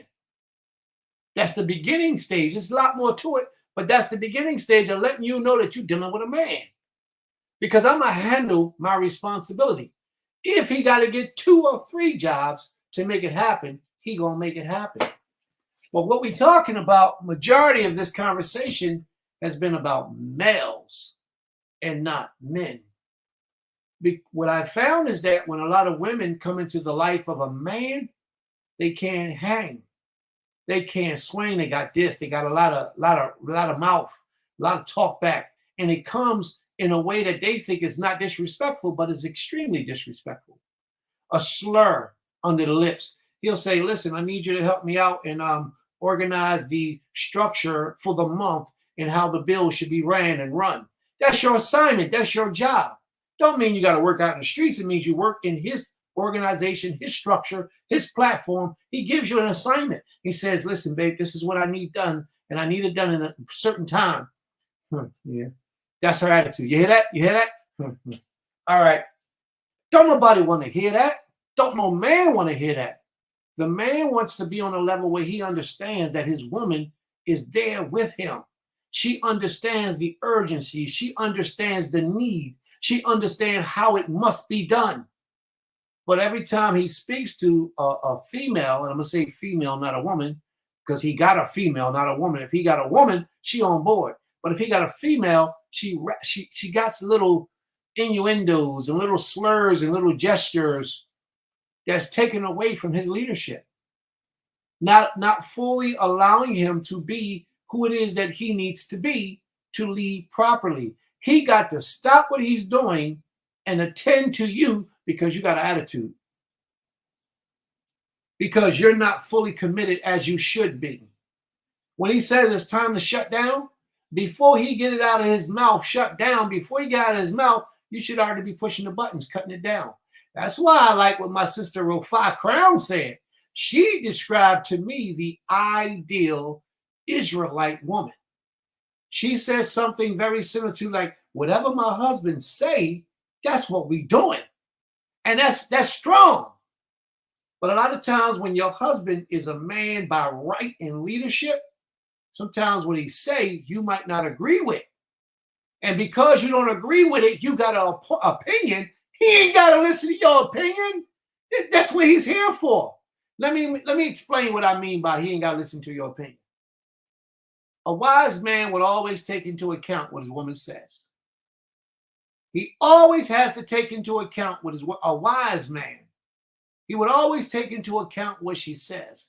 But what he does is what he decides to do. So if you give your opinion and he says, okay, thank you for that, but we doing something else, you get an attitude, then you're not playing that support part like you're supposed to be. You're not allowing him the opportunity to lead as he's supposed to lead. His leadership in your life is all based on how you feel. And it ain't got nothing to do with how you feel. His leadership in your life should be based on the results of his leadership. That's what it should be based on. You've been down this road with me how many times? And how many times have I gotten us out of this situation? How many times have I prevented us from being encountered with the worst of situations when it looked like there was no way out? That's the type of man you have to support. You got to be behind. And when he says move, we move. When he says hold up, we hold up. When he says we got to think about what we're doing, then that means you got to sit back patiently, get out your notepad, your pen, your paper, and think and write down, not with your emotions. Think and write down strategically the results of what has taken place in the past, the outcome of what it could be. All those things are needed and necessary. That's the operation mind of a man who leads in righteousness. That's how all that happens right here in his mind before he opens his mouth. And when he speaks, if you don't like what he had to say, it doesn't matter because you're supposed to be his helpmate. Don't mean he's going to always be right. He could be wrong. And then you have the opportunity to approach him in a respectful manner. And he will, if he's a righteous man, he will hear what you have to say, process it. And if you're right, he's going to move out on what you said. He ain't got to say to you, yeah, you're right, babe. All he got to do is produce and do it. And if you're a female or you're a woman and you're always looking for your man to uplift you and say, you're right, I can't live without you. Oh, thank you so very much. Then you don't need a man, you need a male. Because that's what males do. Men hear what you got to say, and move out if you're right. It's not that a man is always right in everything that he says. He's not. And that's when your part as his helpmate, as the woman, brings his mind to remembrance of the things that need to be done in a different format or a different way. You have that opportunity, you have that position, then you have to speak to him. But what I've learned is that, and I hope I'm not taking up too much of your time, frankly, I really don't, but this is what it is. What I've learned is that a lot of women don't know their strength. A lot of Right. females don't know their strength. They don't know. They don't take the time to learn their man. Now, I ain't talking about a male, because a male wouldn't pass the test in a woman's strategic thinking on being a wife of a man. A male wouldn't pass the test of a woman with her strategic thinkings of being a wife of a man. Y'all follow what I'm saying? Absolutely. Females move with their emotions and think about how he could benefit them in their lives. He got a little couple of dollars, he got a car, he got a house I could shack up in. That's what females do. But women are looking for how this man is going to supply the needs for the family, spiritually, physically, emotionally, financially, in every way. She's thinking about 30 years from now, where will we be? Is this guy capable of leading me in the righteous manner? That's what a woman is thinking about. But a female is thinking about, how good is he going to be in bed? Is my girlfriend's going to like the way he look? Or can he get me a new car every year? That's what females are thinking about. So when you got a woman who understands her strength, the first principle of that woman is to learn her man. And once she learns her man, she knows how to pull out the best of him. I know a lot of brothers saying, ain't no woman pulling out the best, brother. You confused. I'm talking truth, and I'm talking facts. If your woman can't pull out the best of you, then you don't need her as a wife. And I hope you understand where I'm coming from. If your woman cannot pull the best out of you, then you don't need her as a wife. If you're lollygagging, you're lazy, and you're a bum, and your woman don't never say nothing to you about it or approach you about it, then you don't need that woman, that female. She don't need to be in your life. Because a woman she's going to know how to help her man to stand on, my sister say, all 10. She's going to show her man or talk to her man in a way that's going to have him desiring to be on all 20.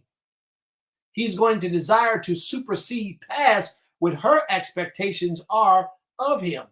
If he didn't have her, he would already be on 10.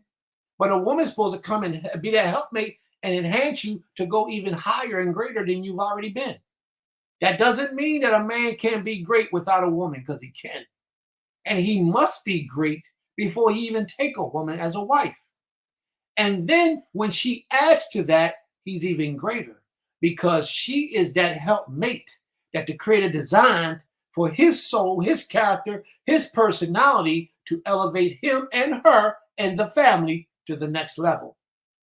That's where a lot of us lose the ball. Women don't know their strength.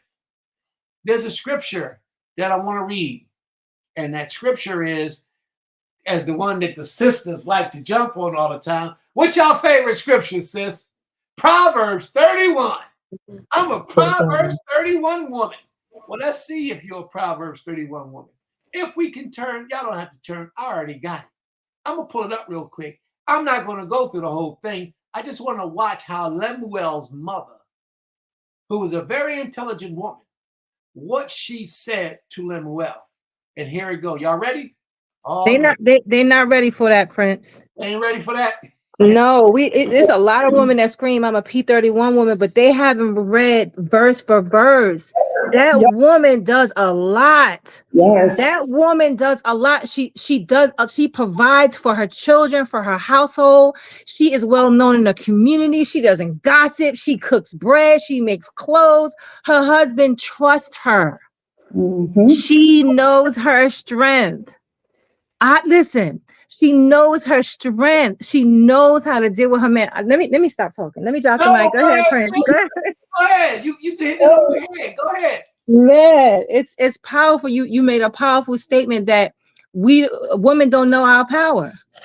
We can't fight fire with fire. If our husband come in the house, he's had a bad day, he's angry, he's frustrated. I'm not gonna ignore him.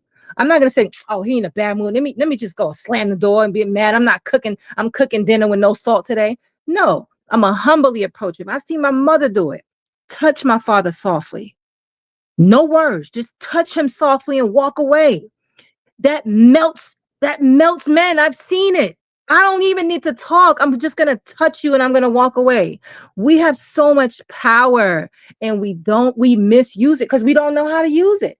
And we don't know our power. Once we're able to know and dictate and pinpoint our power, we'll be a force to reckon with. Oh, And saying that we P31, no, you're not, because you buy clothes from the store. You don't make your own bread. You don't support the women that are in your household. You give her the side eye when you think she wants your man. You don't. Your husband don't trust you because you got a lock on your phone. I mean, I can go in all day. well, go ahead. We got I all can day. go in all day on that We got P31 all right day. there. I can go all day with that. But I'm gonna let you go ahead and Let's read. go. I'm gonna let you go ahead and read, and I'll interject later. My scripture ain't Okay. open, but I, go ahead, Emma. so I know we on this P31, which is very important, but the topics that tell us something that we don't like about the Israelite men. So I don't want us to veer too much into the P31. We could come back on it because No, I think it's very powerful, and I agree everything that my sister Tara said because I feel the same way. People prompt that up there, but they really don't even know what it means. They have okay. no idea. They think getting a box of cornbread from the store and baking it is P31, and that ain't it. So, Yeah. but I did want to bring out. No, it's not time for you to bring that out yet. No, it's not time yet. Like you said, we're gonna stay on topic. I'm staying on topic. I haven't lost focus. And anybody that think that I'm off topic, I don't know where you're coming from because I'm not off topic. I remained on topic. I'm going to remain on topic, and I'm going to say what I understand needs to be said. And if you disagree, that's fine. But too many women want to be men. Not around here. You can't be a man here. You remember, you born female. This ain't that thing where you get to choose whether you want to be masculine or feminine. It don't work that way. Remain in your feminine gender, always. Even when we have a point of controversy, remain in your feminine gender.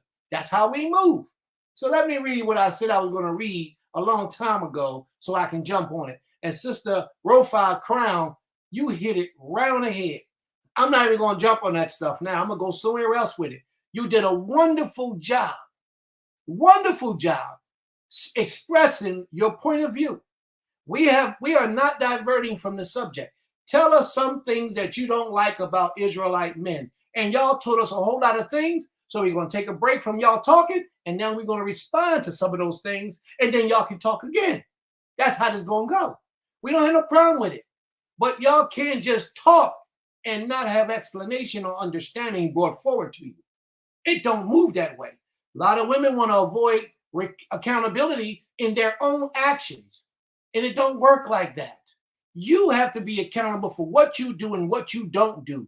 Some of this stuff that y'all hearing are going to rub y'all the wrong way. That's okay. Be patient. Bear in there. Hang in there. Don't give up. Don't quit. Don't push the delete button. Don't push the quit button. Hang around. Because all this is done for a purpose and a reason. And it will manifest itself in your life very, very soon. You will see this. This is where I want to go. Proverbs 31. Lemuel's mother was speaking to him. And this is what Lemuel's mother said. The word of King Lemuel, the prophecy that his mother taught him. Stop right there. A lot of men think a woman can't teach him nothing. He's a fool. Because a woman can teach you a lot of things. You have to be attentive toward what the woman is teaching, what she's speaking. Because what she's talking about, if you're not trying to hear it, you'll miss a great lesson. That's why you always have to hear and take the time to pay attention when your woman thinks. A lot of times your woman is complaining, and she's complaining in righteousness to get you up off your butt and do what you're supposed to do. One thing I can't understand is how a male sends his woman out into the workforce and he at home chilling, playing the video games or running around with the dogs. I don't understand it.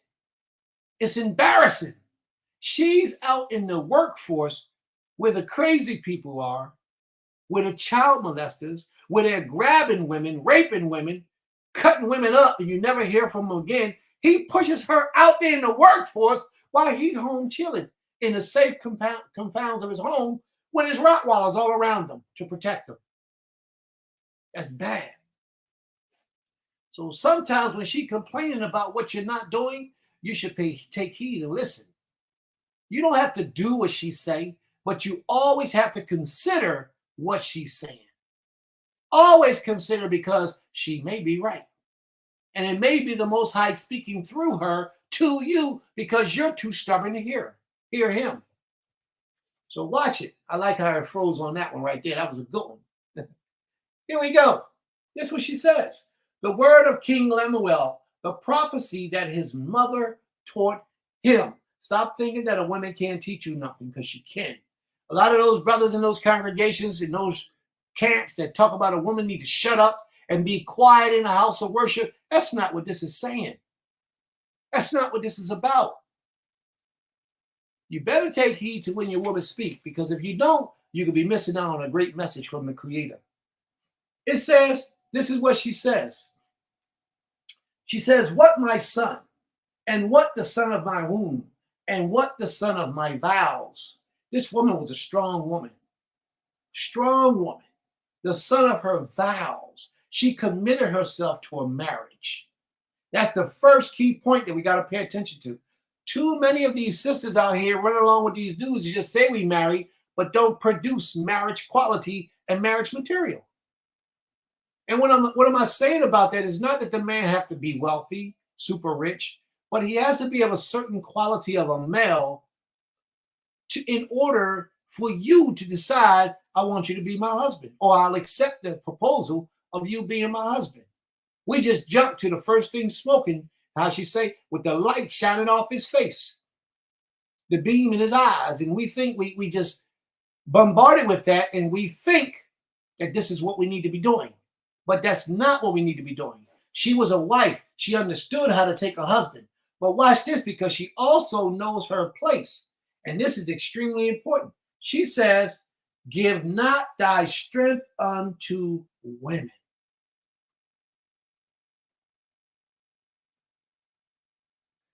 Nor thy way to that which destroyeth kings. And I'm going to close that right there. I want to talk about that for a minute. She told her son, give not your strength to women, nor desire that which destroyeth kings. Men, I hope you're in the audience. I pray that you're listening. Women, I pray that you're listening as well. Women are some powerful beings. They are much more powerful than what they understand they are. They are much more powerful than a lot of males or men like to give them credit for.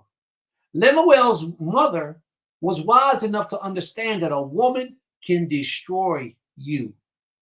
She can destroy you. So if you are doing something strong and you're growing and you got a nice little business and you in righteousness, you're serving the Creator and you're very intelligent, you get the wrong woman in your life, she will destroy you. Lemuel's mother understood that. If you're a king, and most of us say that we are, you know how we say we kings, and then you get a clown into your marriage because she looked good, she got a big rump, big breast, and you just want to lay with her, and you know that the only way you can lay with her is to make her your wife, so you do so, she can rip your life apart.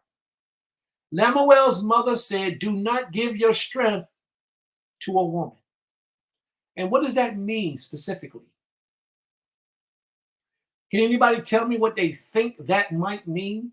Do not give your strength to a woman. I want to hear from a woman what they might think it is. I know what it is, and I'm going to jump on it, but I just want to hear from the women, what do you think it means to not give your strength to a woman? Sleeping around, promiscuous. You think that means sleeping around, being It's it's promiscuous? it's that's one of them. That's one of them. That's Okay, one of them. I can see that.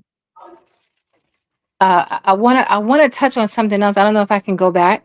Yeah, no, don't switch the subject yet. No, I'm not. Okay, go ahead. I just want to touch on speaking about women. I think that we have to speak about women, even though the topic is not about women. We have to speak about it because our links are intertwined. We it goes hand in hand. It definitely goes hand. If I'm a strong woman, eventually this man is either going to become a strong man and he's going to look at our strength and say, you know, I got a strong wife, I'm going to follow suit, or he's going to break off. But that's what makes a man, seeing that he has a strong wife by his side, seeing that she follows suit, and seeing that she plays her role with perfection. That's all I want to say. That's an excellent point, sis. Excellent point. And thank you for that very much. You hit it around the head. Thank you for that. I like what Sister Yael said. Sister Yael said, let her take decisions or change your mind. Now, we talking about in a righteous manner. We talking about a man that's being led by his penis, his little head, his follicle. A man is being led by his follicle. A woman would lead him up and down the street all day because his desire is to please her. Your desire should never be to please your woman. And I hope y'all understand where I'm coming from with that. Your desire as a man should be to please the Almighty. And in by you pleasing the Almighty, your woman's desire shall fall right in alignment as long as you're walking in the ways of the Almighty. She should have no desires outside of what the desires of the Creator are for her through you as her husband. Whatever the Most High has for you to do, that's what your desire should be, to please the Creator. You'll be a stand-up man. You'll be a righteous man. And in doing that, if her desire is to please the Creator, she will be a fit wife for you. But when she steps outside of that is when we have problems. As long as you are focused on your purpose with the Creator and your job and your mission. As long as you are on point, then your woman has to be on point as well. And if she's off, that relationship ain't going to work. And if you give over to your emotions,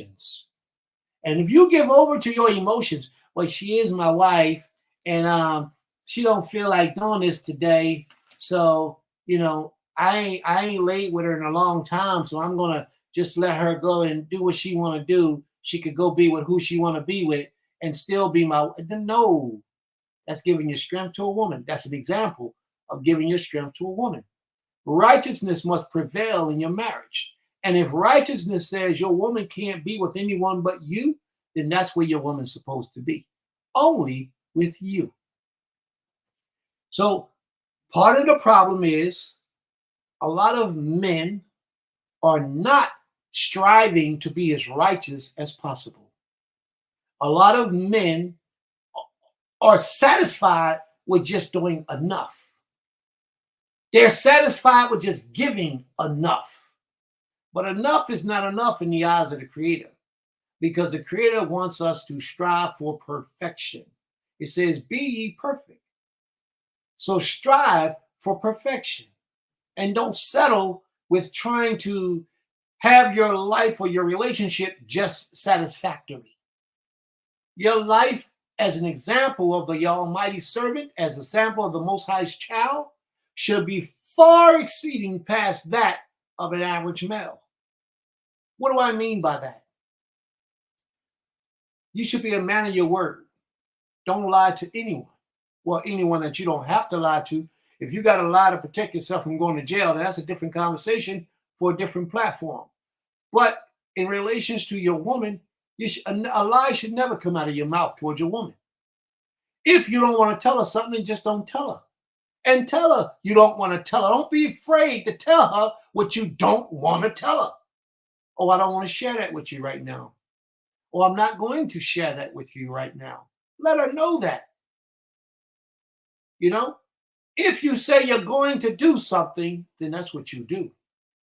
If you promise your woman you're going to do something, then get it done. And if you can't do it, then you express yourself to her and let her know that I tried, but I just can't get it done. I've been trying to do it. I don't have enough yet. Wait till I save up to get my money right, and then I'll go get it. If she can't understand that, then she just can't understand it. But you as the man got to explain that to her. You understand what I'm saying to you? Why you wasn't able to fulfill your commitment that you promised her you would do. Don't lie, be a man of your word, and always move in the spirit of righteousness. One thing that will break up a man from being a man is if a man is cheating in his marriage. The Creator gave us a law the Creator allowed us to move in a manner where a man can have multiple nashim. But the ideal of the average male or man today, what a lot of them want to do is they want to have sex with anyone that they want to. They want to bring physical pleasure to the body, but don't want to have any commitment to those who they're getting their physical pleasure brought to them from. That's a violation. That's not how our forefathers moved in righteousness. Those who lived in righteousness, that's not how they moved. Any woman that you lay down with should be your wife. And if she's not your wife, she's a concubine or some way, some form of fashion where you're now responsible for her. She becomes your responsibility. And a lot of males, a lot of men, a lot of males, a lot of them have that desire, that secret passion that they learned from our oppressors and in our days before coming into the ways of the Most High, where we can just lay down with whoever we want and can't nobody hold me to that. Well, that's a lie. It shouldn't be done. And if you're a man who is lying down with multiple women and you ain't taking hold in charge of none of them, why should your woman trust you? You could be bringing home a disease that could cause her to lose her life because she was faithful and loyal to you. And the excess of sex, promiscuity of sex with multiple partners increases the chance of disease. And that's not something that you want to do. If you got an extra wife or extra nashim, multiple even, a lot of you may disagree with this, but if you have nashim, your wife, they don't have to get along, but they should know that you are a man with multiple nashim. They don't have to get along. They ain't got to go out to the market and chill with each other. They ain't got to be best of friends, but it would be best if they were. It will be best if you sought your wife's approval before you brought a woman into your marriage, into your family. And if she doesn't approve, you still have the ability to bring that woman into your marriage because you're the man. She doesn't have to like it. But I tell you this, brothers and sisters, it will be wise that if she doesn't approve it, you should ask her why. Because she may see things that you don't see.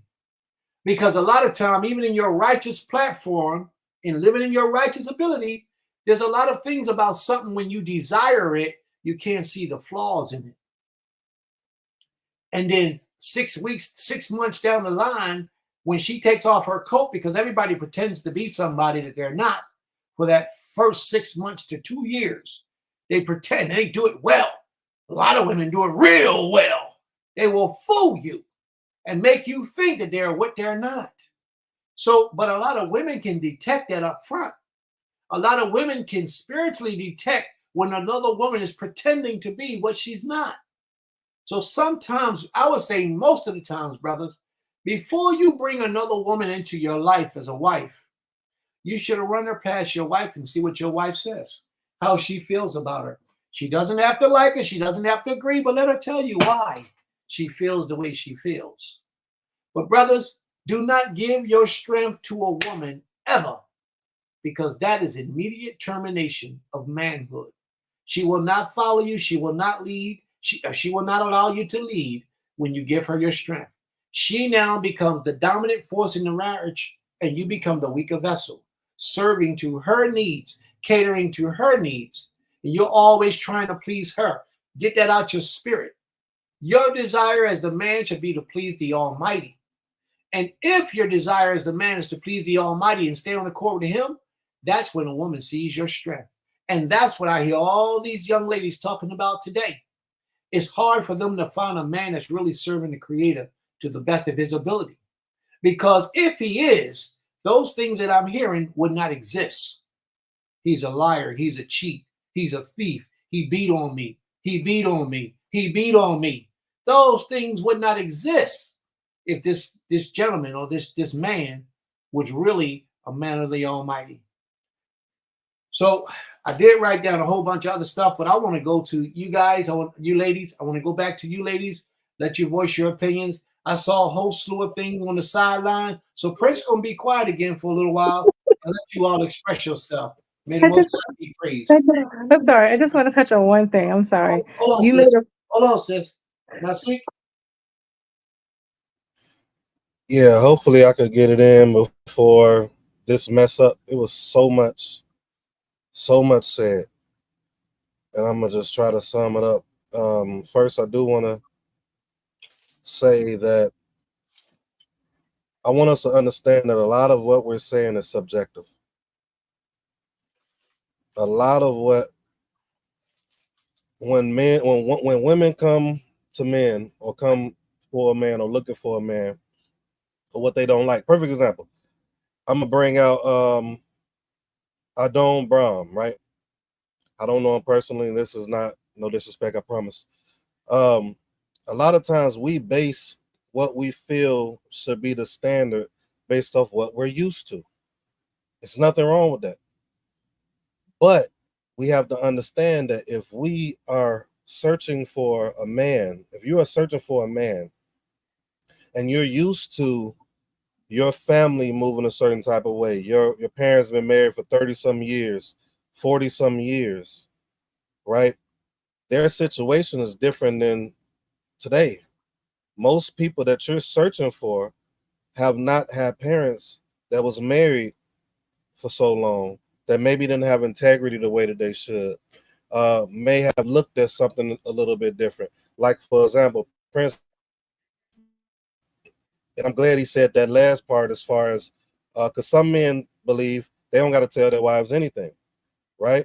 And I can't say they're right or wrong because we can't find that in Torah, that instructions. But I also teach that us today, we need to use the Torah as the skeleton, as the foundation of our movement, and then understand today is it with the things like Sirach or the Mishnah or Pakeh or even if it's authors amongst yourself right now. You're seeing what's going on today and you're trying to relate to people that have no understanding of culture, no understanding of the law. You have to make it relatable for them to understand how to move, right? So hopefully you all can still hear me. I hope I'm not breaking up. yes, we hear you. Right. So when we're all saying what a man should do, what a man should be like, we got to understand that's our perception. Ultimately, is what that man feel he needs to be. What you have to do as a woman is to understand that you're meeting a man, who's going to have that foundation, as me and Rofa talked about from the beginning. At that point, especially if you're coming in, say you was grew up into this walk, or say if you have parents to move a certain type of way, you got to understand that that man that you're with, unless you are a part of a community and your parents and their parents were together and they had similar ideologies or similar moral compasses, that he might be different than who you were around. So it's our picking too. It's our lack of understanding um of that situation. We're wanting what we like, as the bear or Neat said, we want what we want. Today, a lot of women and men don't want what the standard was back then, right? Seek the ancient path. I got a song about that. I'll teach about that. But the reality is, here's the reality. People don't want the ancient path, but they say they do. The ancient path, the ancient is coming together and building a community. See, the new path is not wanting accountability, man and woman in life. The new path to follow, that's truth.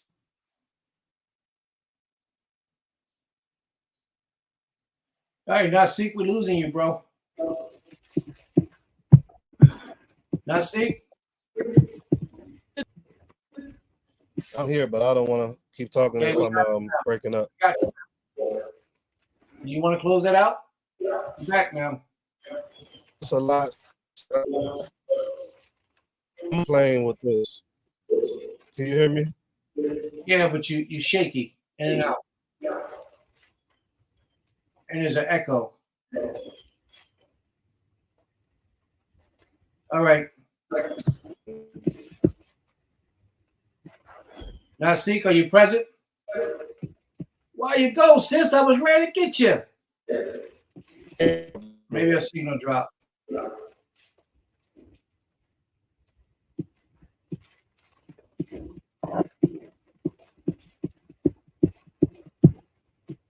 Okay, something going on here.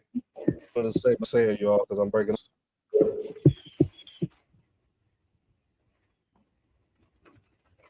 All right.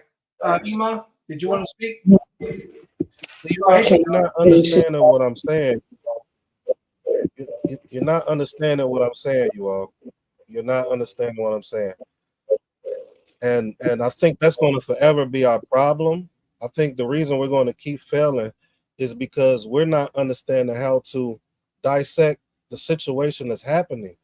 When the thing that took place with Shlomo, he didn't go into the Torah or ancient paths. He went from wisdom with the woman when they was dealing with that child to see what child was who. He went from wisdom, and he had to understand their understanding. He had to understand that this woman is not going to let her child get cut up. So I'm going to put this out here. Whoever the mother is not going to let the child be cut up. So I'm going to cut this child in half. The mother said, no, let's let her have it. That let him know that was the mother. Why am I using this as an example? I'm using this as an example to say that yes, the Most High don't change the paths, right? But also the Most High does change.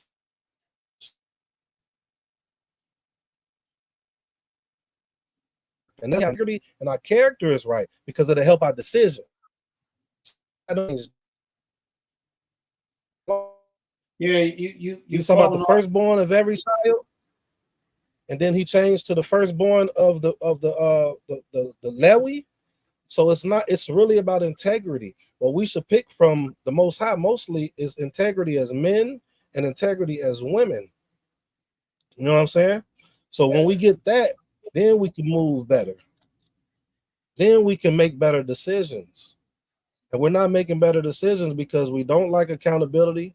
We don't like structure and rules. We don't like carrying out what it is we're supposed to do as men and women. We don't like that stuff. That's just what it is. And then some of us are trying to do the best that we can do. I get women trying to do the best that they can do, and men trying to do the best that they can do. But with that, we have to sacrifice certain things.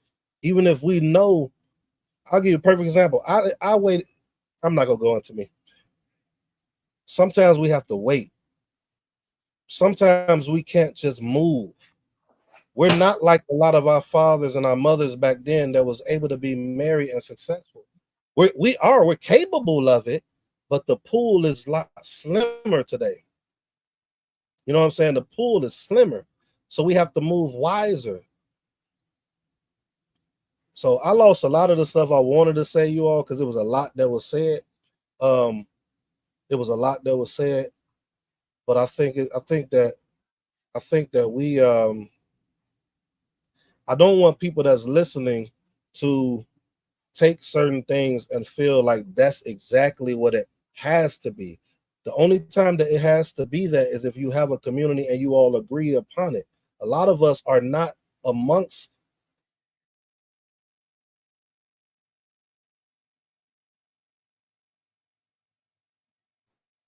No, see, you froze. And wisdom.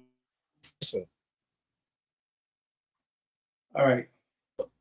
I got it, y'all. Yeah.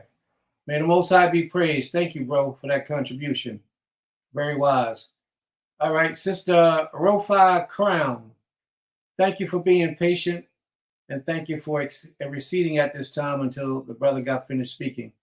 You have the floor, sis. Please speak your opinion, please. Oh, my apologies. I just get excited talking. It's all right. We all do. I just want to address a point that you mentioned about the part where the man brings a wife or brings a question to his initial wife to ask her, "Hey, how do you feel about this sister?" I think that's very wise because you will never know how your wife feels about a situation unless you ask her straight up. And based upon her response, you'll know if it's coming from a jealousy perspective. Because if she just said, "I just don't like her," watch out for that, because she doesn't have a valid point. Like, I just don't like her. Tell me why you don't like her. Do you think she's not fit for the family? Do you think she's not wife material? So I think that was wise that you brought that, because a lot of men don't do that. A lot of men just say, "Hey, I could do it, and God said I could do it, so I'm gonna do it, whether my wife likes it or not." So asking her just to get her perspective is very wise. That's all I wanted to say for now. Total revival. May the Most High be praised. Iman, did you want to speak? Yeah, I wanted to, because it was something you brought up earlier. Sister Yael actually spoke on it. I'm trying to go back to her comment to just pull it up. Sorry, 1 second.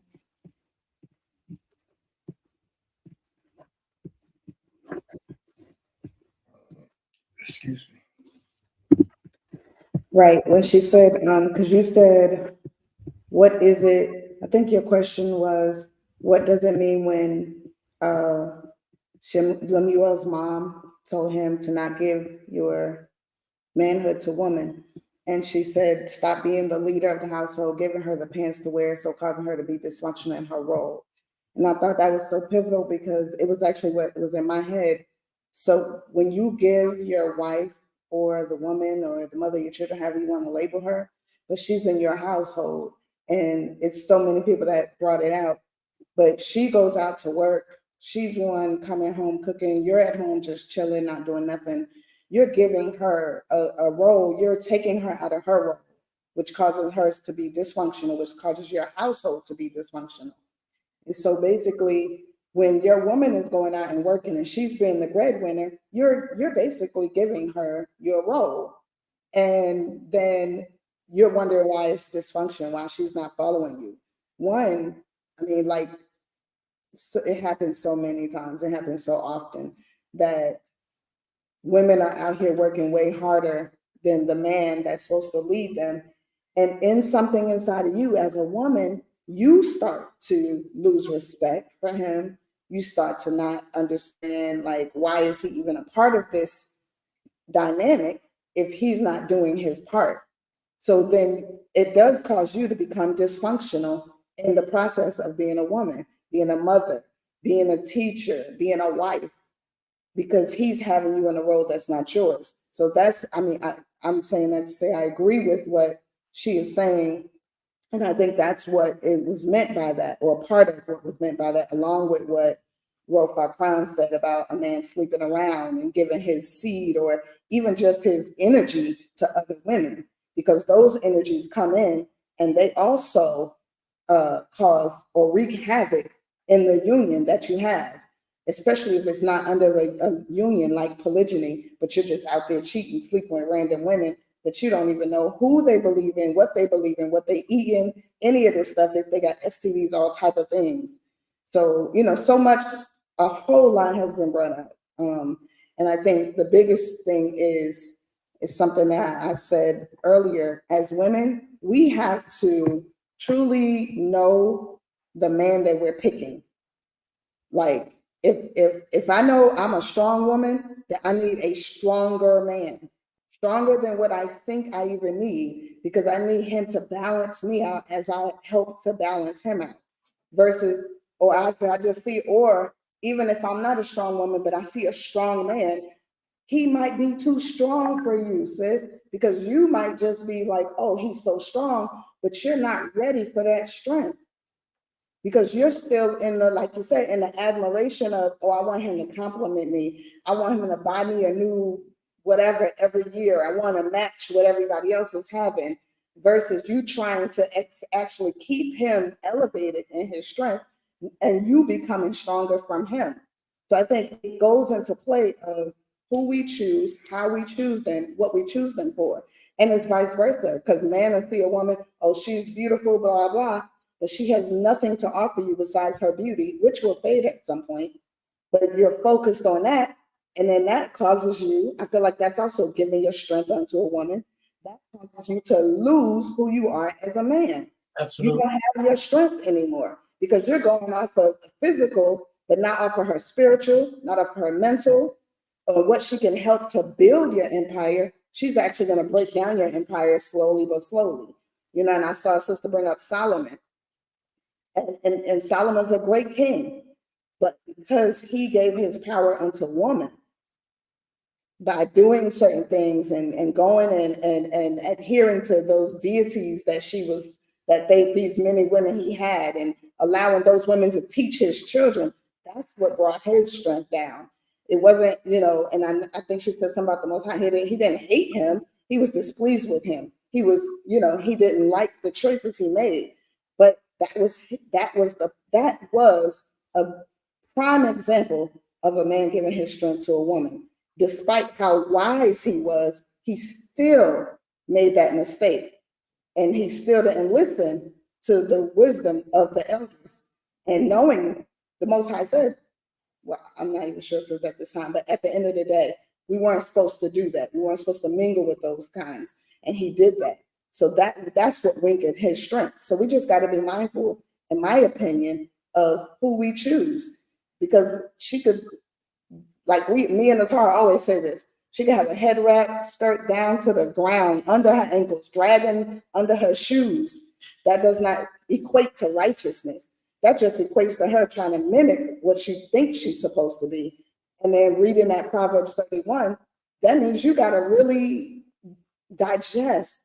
ingest what that means.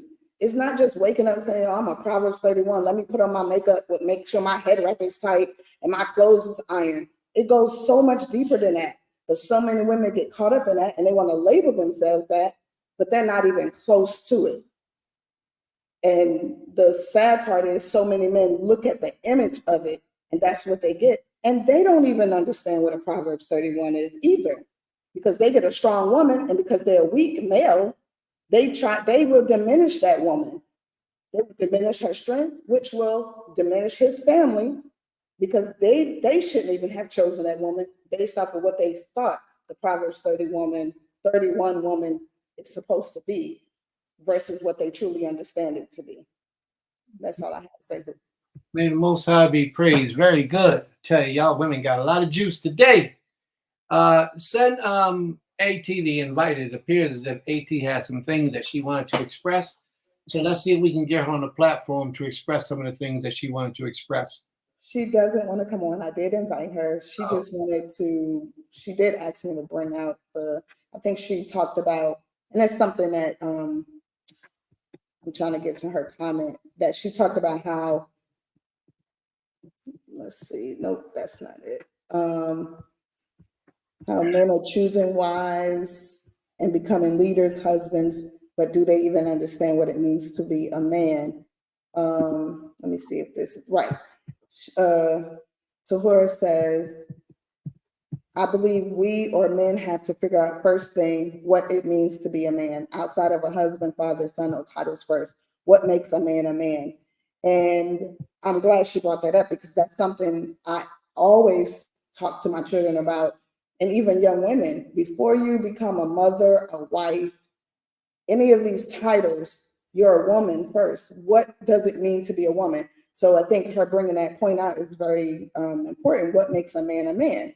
Because men do think, oh, I'm coming, I have a wife now, so I'm a man. You get some people jump into marriage before they even are ready.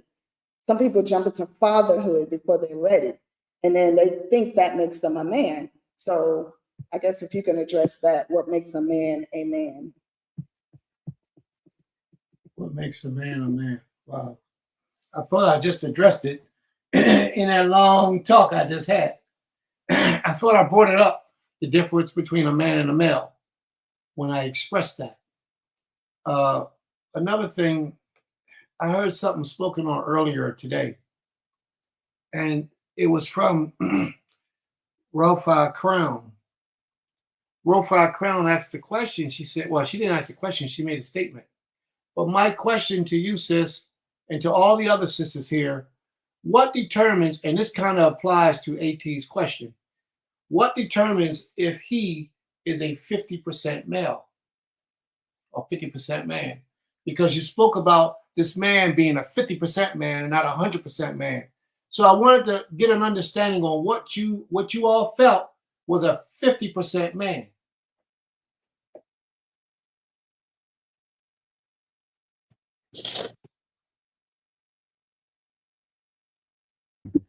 Just basically not following in his role. He's not a leader.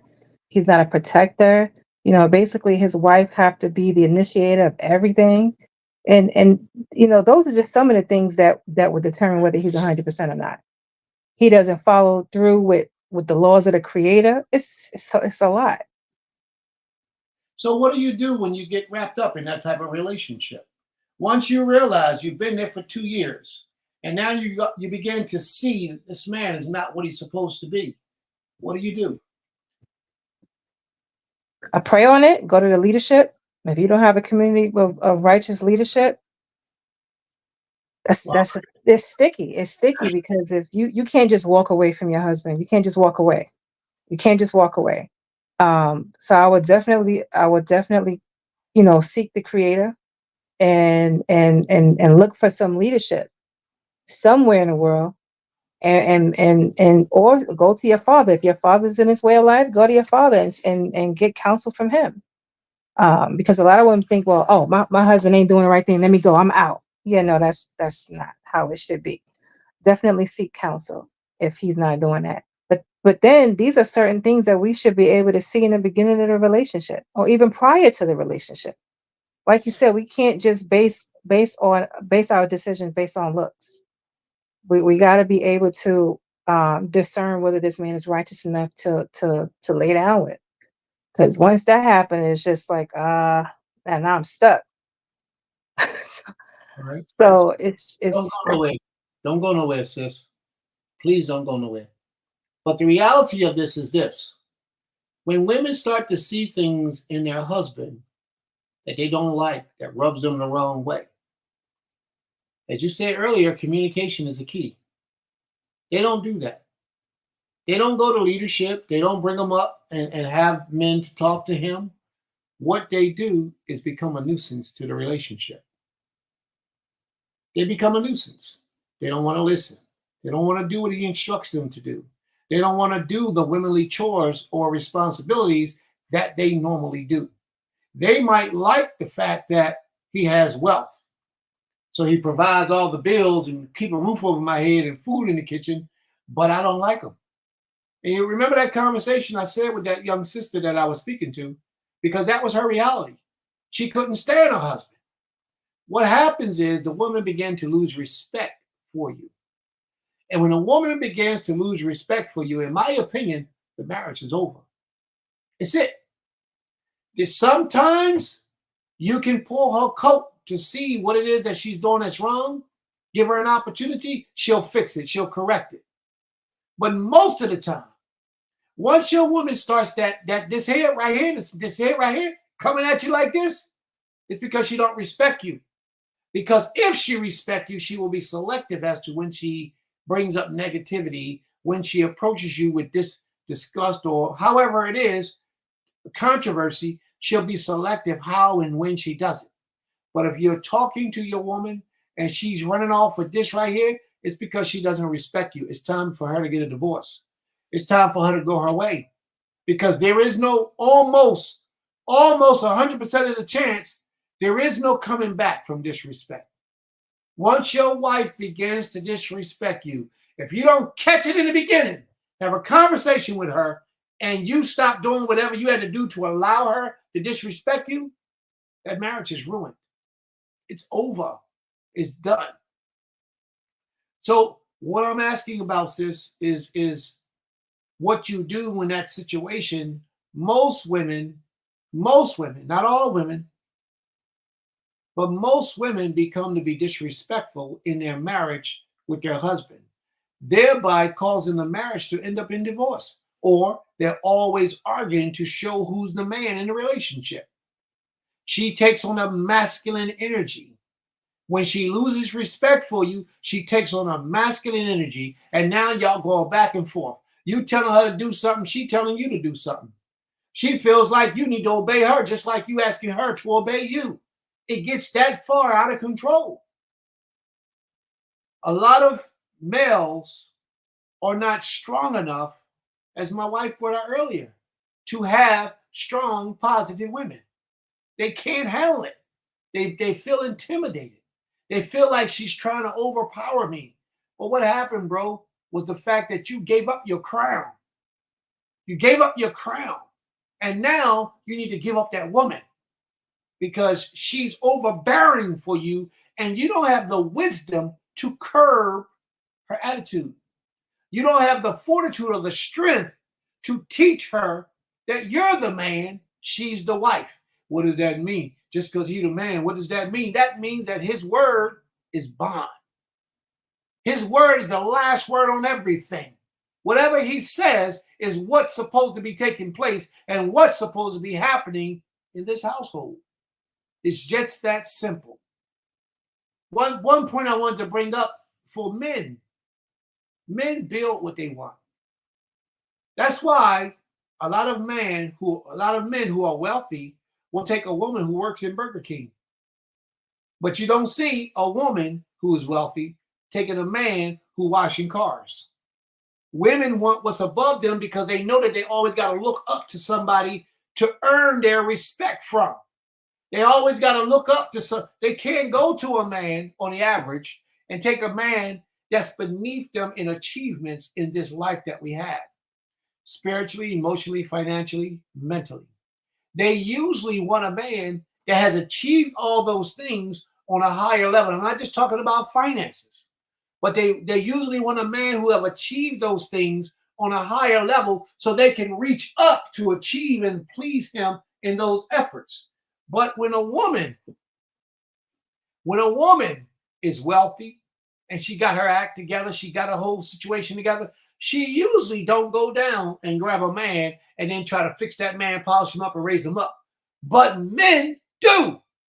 We don't have any problem. And I'm not saying anything is wrong with it. Taking a woman that might work at Burger King or McDonald's and elevating her, raising her up, teaching her. But the problem is he has to be selective because a lot of those women who work at Burger King and McDonald's are so used and ran through that they're really no good for themselves anymore. They'll self-sabotage their relationship. They can't see the benefit of a righteous man who's well put together coming into their lives to try to raise them up. They will say he's controlling. He's telling me what to do all the time. He wants me to wear a skirt and not wear pants. I like wearing pants. You're out of order, sis. But you don't understand it because your mind state is not ready for a man. You're ready for a male. Somebody that's going to let you do what you want to do whenever you want to do it, however you want to do it. You're ready for that, but you're not ready for a man because a man comes with order, structure, discipline. Order, structure, discipline. Order, structure, discipline. That's what a man comes with. And a lot of females don't want to live up to that. A lot of females today want to do what they want to do when they want to do it and want the male to be all right with it. Well, that's what I wanted to do. A lot of people run their households like that. And if it works for them, it works for them, but it don't work for me. And it don't work for most men that I know. We, order, structure, discipline, obedience. Well, that scares a lot of women. When you mention obedience, I ain't got to be obedient to no man. Well, what's wrong? I ain't got to obey no. Yes, you do. Then you need to be alone if you don't want to obey your husband. It's just that simple. You need to be alone because he was placed here with an assignment ordained by the Creator. The Creator himself tells you your desires are to be toward your husband. The Most High himself tells you that. But a lot of females today, I ain't got to be obedient to nobody. But you're going to work and punch that white man's, or I ain't going to say white man because that would be a disrespectful thing to say because he ain't got to be white. He could be anything. You will go out into the general public and serve and give yourself and obey their structures, orders, and commands, but you come home to your household and you want everything to be done the way that you want things to be done. That's not how the Creator established it. And this is why we have a lot of females today that's single, or if they're in relationships, they're in relationships that they can control. Dude ain't got no job. And if he do got a job, he got a half a job. They ain't got nowhere to live. They bumming off of people, going from house to house to house to house. This is a reality for a lot of people. But usually in those situations, the male is not a man. He's a male. He's a car, a masculine gender, but he's not a man. Because a man prepares a place for his family. A man provides the needs of his family. Whatever he got to do, he gets it done so that his family's needs can be met. And then there's a lot of guys who's running around making children with these females and leaving them. Now that's something that a lot of people ain't talking about. Who's going to hold those type of people accountable? That's not man material. Men don't do that. Men take care of their responsibilities. Even if they don't get along with the mother anymore, that child is his. And he will take care of his responsibility with that child. But these guys out here, they impregnate these women, running off, leaving these women, and on to the next woman. Pregnate that woman, run off and leave that woman, and on to the next, and so on and so on and so on. And nobody in the Israelite community, nobody in the Hebrew community is grabbing that little joker by his neck and busting his head upside the bricks. Nobody's doing it because everybody want to be friends with these dudes that ain't no men. We can't do that. That's not how it's supposed to be. We're supposed to stand up and be men. That's why the other nations don't respect us, because we don't respect ourselves.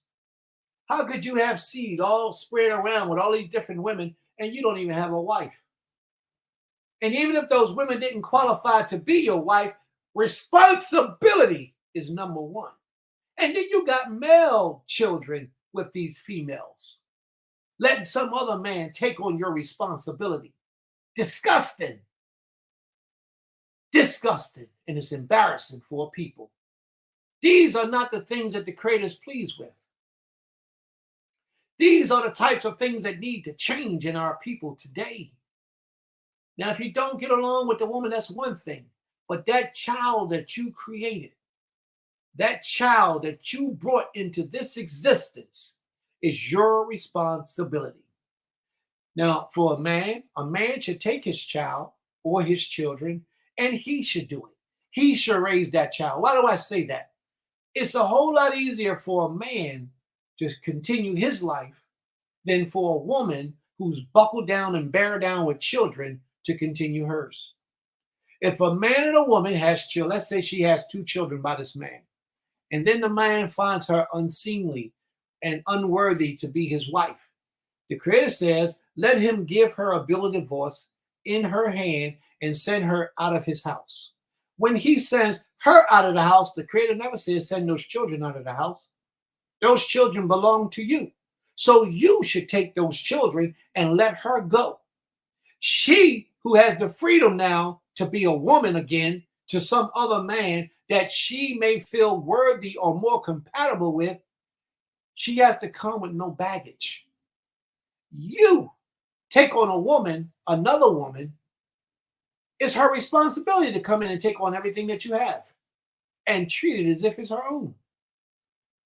But it's hard for a woman to find a man that's going to come in her life and take on her 8, 9 children. Even one child sometimes is hard for a woman to find a man that's going to take on the responsibility of raising her child correctly, which means giving all his energy onto the development of that child as if it's his own. That's almost unheard of. But then a lot of stepchildren don't appreciate when they got a real man in their lives and they have problems and difficulties. It's so rare that you will find a man to do these things. So when you do, move on in that, in righteousness. Those children should remain with their father. That's where they should be from day one. Not a man, not a male that say, I want my children. No, here, take them back. I want my children. No, here, take them back. That's not manhood. That's male-ish. That's what males do. That's what boys do. They're insecure. They don't know which way to roll. But as a man takes his children to himself. We not working out. All right, sis, you can go, but I need mines. And we take them and we raise them and we do our very best. The struggle is real, but we got our seed with us. Not somebody else, some other man raising my boy. My boy calling somebody else Abba is a disgrace to me. It's a disgrace. My daughter's calling another man Abba is a bad thing for me. It's an embarrassment. And then when the man try to put the child under subjection and discipline your child, don't be putting your hands on my child. You want to fight him. That's not right. Then go get your child. Bring your child with you and you do the job. You're supposed to be the man. Handle your business. But we don't do that. We evacuate the situation and we leave those children, how many ever there might be, with that female, leaving her to fend for herself. If you're a man, you take your kids. They're yours. That's your seed. You take them. Now, it's different if she don't want to give them up. You go to court, y'all have a hearing, judge award them to her. You can't argue with that because you did what you had to do to try to get them. But it's your job, your responsibility as the man to raise your seed and let her, with the green light, go get her, start her life all over again. Look at the animal kingdom. Think about it for a second. Now, a lot of males produce themselves as being lions. Well, when the lions find a lioness that already got cubs, what does the male lion do to the lioness cubs? The seed of another lion. That male lion kills the cub. Eat them up, bite their neck, he kills them. And then he impregnates her and raises up his own male cubs or females. Whatever they produce, they produce. But that's just natural in the lion kingdom. A lot of these males, we say we're lions, we're kings, we're running this thing. That's what they say. So if this is true and we imitating those type of things, we have to imitate it in completeness when it comes to family orientation. And that's what we do. At least that's what we should do. The Creator says in the book that the children belong to the man through example, not verbatim, through example. Those children belong to the man. Another part we have today that I got to jump on, one part I got to mention today that we didn't really talk about, and I have to say this, and I mean this, and I mean it with all humility. But men, when you have a child with this woman, go get it blood tested. Just for your peace of mind. Just for knowing that these are your seed. I don't care how emotionally attached you were to that woman. Even if this woman lived in this life with you, go take that child and get a blood test so there's never a question as to whose child this really is. Go get that blood test. Even if she's your wife and she doesn't like it, that's okay. Go get that paternity test and prove that man, listen, 38% of all the men that are tested in the paternity test, 38% have been proven not to be the child's father. And a lot of you males and a lot of you men are all struggling for the rights to have your child, and it ain't even your seed. You don't know. You don't even know. So I would say each and every male, each and every man should go get the paternity test to verify that this is your child before you go and grab him and bring him into your house. I don't care if he looks like you. If he looks like it, doesn't mean a thing. Even if he got your birthmark, that little lump you got behind your ear in the back, you got that little lump back there, and he got it too. Don't matter. Go get the blood test. Make certain that this is your child. So many women pretend to be in a righteous realm of existence, and they're wicked. They keep in their hearts and their secrets like that, and they don't tell you.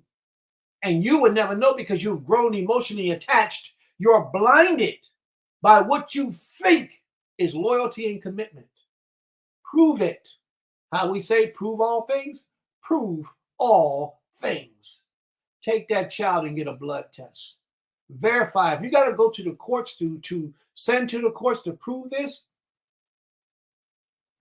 then you do that. You go to the courts, write a letter to the courts. Oh, I live here and she lives there, and I want to get a paternity test to make sure this is my child. Do you know how many people was in their 30s before they found out that the man they thought was their fathers wasn't their fathers? Women can do some wicked things and cover it up as if it never happened. And cover it up for years. And the longer they keep it covered, they tend to forget about it. And you'll be paying child support for 30 years for a child that's not yours. You don't never get that money back. Neither can you sue her. So while these children are young, go get that paternity test. Sister Igdalia, if you want to come on, we can bring you on. We can bring you and Rofa on. It's no problem. We can send you the link. You can come on and you can speak your piece. All right? That was me. I'm sorry. Who? Igdalia? Atara Crown. No, Igdalia. That's not you, right? That's you. That's not you, right? Igdalia? I was texting on her phone because I can't text on my phone. Oh, my apologies. I'm sorry. Now that It's you okay. make it clear, now I know that's you, so I'll relinquish the mic so you can speak. No, something just came to mind about what we don't like about Israelite men is that men need to start holding men accountable. There you go. Men don't hold men accountable. When one man see another man go and sleep around, for instance, and go to the club and have one night stands and two night stands, we laugh about it. We say, oh, he's a man. Oh, look, we call that being a man, and we don't hold that man accountable. No, brother, you got a wife at home. No, brother, that's whoredom. No, brother, you shouldn't do that. Well, no, brother, don't you got a kid in Michigan? You should be taking care of your kid. Well, no, brother, you're not wearing your fringes today. Why are you talking? Once men start holding men accountable, they will stop. I promise you. Why? Because they know, hey, I can't go around brother Samson, because brother Samson gonna pull my coattail. Well, I can't go to this camp over here because this camp over here, they tell me about my business. And it falls back on us too. Sisters, we need to start holding each other accountable. As a nation, we need to start holding each other accountable. We cannot just pick and choose what laws we want to bring up certain men on charges on. That's one thing that really rubbed me the wrong way for years. You only see cases in the Beit Din and all these other different congregations on specific violations. You won't never see a man bringing up a man on charge about not taking care of his wife, or by being physically abusive, or by being someone that's promiscuous. You only see bits, you only see sprinkle of these laws, and that's one thing that we need to start doing. We do not hold men accountable. And we need to start holding men accountable. That way they will start to, hey, I have no choice but to be a man. Because I can't get away with it over here. If I move to Megiddo, I can't get away with it over there. If I move to Nigeria, I can't get away with it. Because why? Because we're starting to hold each other accountable. And that's one thing I don't like. Men laugh and snigger about what they see other men doing instead of pulling their coattail. And they need to start holding men accountable. Sis, those are not men. Those are males. Men. Well, you know what I mean. Yeah. Men hold males accountable for their shortcomings. In Beulah Land, we do. So we have a tight-knit community, and we try to make certain that the males that we have are men. And if they haven't reached the level of maturity of manhood, they're in the direction of becoming men. That's how we move. We have a very tight security tip on that, making sure that the males or the men in our community stay on top of their game to be the very best version of themselves. We do. And when one slip, he might slip up for a minute. He might get through for a minute. But after a minute, we on top of him. We don't play that. And we try to handle it the best way we can. Now, Seek, did you want to comment on that? That's why I tried to say earlier, it's a remnant of a remnant. We're never going to get the way everyone is talking about right now. It's only going to be the remnant of the remnant, and you have to choose to be that. You got to choose to be that. And most of us, we do a lot of talking points, and we're not doing it. I'm not talking about anybody here. But I want to encourage the people that's listening and that's going to watch back on this, because a lot of people get discouraged from these type of conversations, right, which is needed, and then they decide to pull back, and it causes them to go out And they choose to do it, by the way, but it still causes them, stumbling block, that people say, right, to go out and become more promiscuous and stuff like that without leadership and stuff because they don't believe in it. So a lot of things that I'm saying as far as with that, it's just we have to choose to be that remnant of a remnant. And then as far as what I was saying earlier, because me and Bram was not saying the same thing, I just want y'all to know that. I teach that just like our forefathers did, we are a people of literature, and we are a people of literature of the times in our captivities, expounding on what our Torah is stating. You know, I think it was said that the Most High doesn't change if it didn't change something. If the Most High didn't change, we all would be dead. You remember what happened with Moshe? And Moshe had to step in for us so he wouldn't destroy us. What the Most High don't change, which us men have to take from the Most High, is our integrity, our character, and our word. That's what Moshe challenged the Most High with his word. He challenged the Most High with his word, and we have to challenge each of the men, like Rofi brought out. You know, there are men that's doing it, but on a large scale, we're not going to see it. We're never going to see it. It's not going to happen until the Most High deems it fit, you know, for it to happen when that time happens. But right now, we have to realize that this is going to continue to take place. And until we come into some type of righteous community, which a lot of us are dealing with communities that may not be righteous, we're going to be seeing this, you know. No, I don't have beef with you. What I like to do, my ministry is Beit Mazan. I like to be balanced and bring understanding from the scripts versus us going from anecdotal situations that a lot of us go through. And the reason we go through those situations is because of lack of accountability, lack of structure, lack of these things. So that's my goal and my purpose on this platform is to bring that out, you all. My purpose is to, because we could talk about this, and then when we all leave from here, unless we get involved with righteous individuals, we're going to keep enduring it. We're going to keep going through it. Women is going to continue to be treated wrong because they have no one to go to, because they may not believe in true leadership, right? Due to what they went through in the past and things of that nature. So we have to figure out, do we want to come together and accept that accountability? You know, men taking that accountability, as she said, women taking the accountability of a man that may come in righteous, and she may not be used to a righteous man, right? So she's battling that side of it, of things that she was used to, and bringing out how she is from her past. Likewise with men, we're both messed up in that regard, and we got to realize that, and we got to fix that by just going by our culture, you know, and understanding the culture and the history. Because just picking at the law, you can have two men that are well read in the law, but they have differences of understanding. How do we rectify that situation? We all have different point of views and be subjective to these things. How do we rectify it? And rectifying is within the blueprint. And we have to also put things in place. We have to put things in place because men are doing women wrong, as you all are trying to bring out. Why? Because they're utilizing scripture. They're utilizing scripture to do things wrong. So when you have people that's getting with individuals, men or male, however you want to use it, that don't have that's utilizing scripture to their benefit, that's what the issue is. All right, Total Rabbah, then the Most High be praised.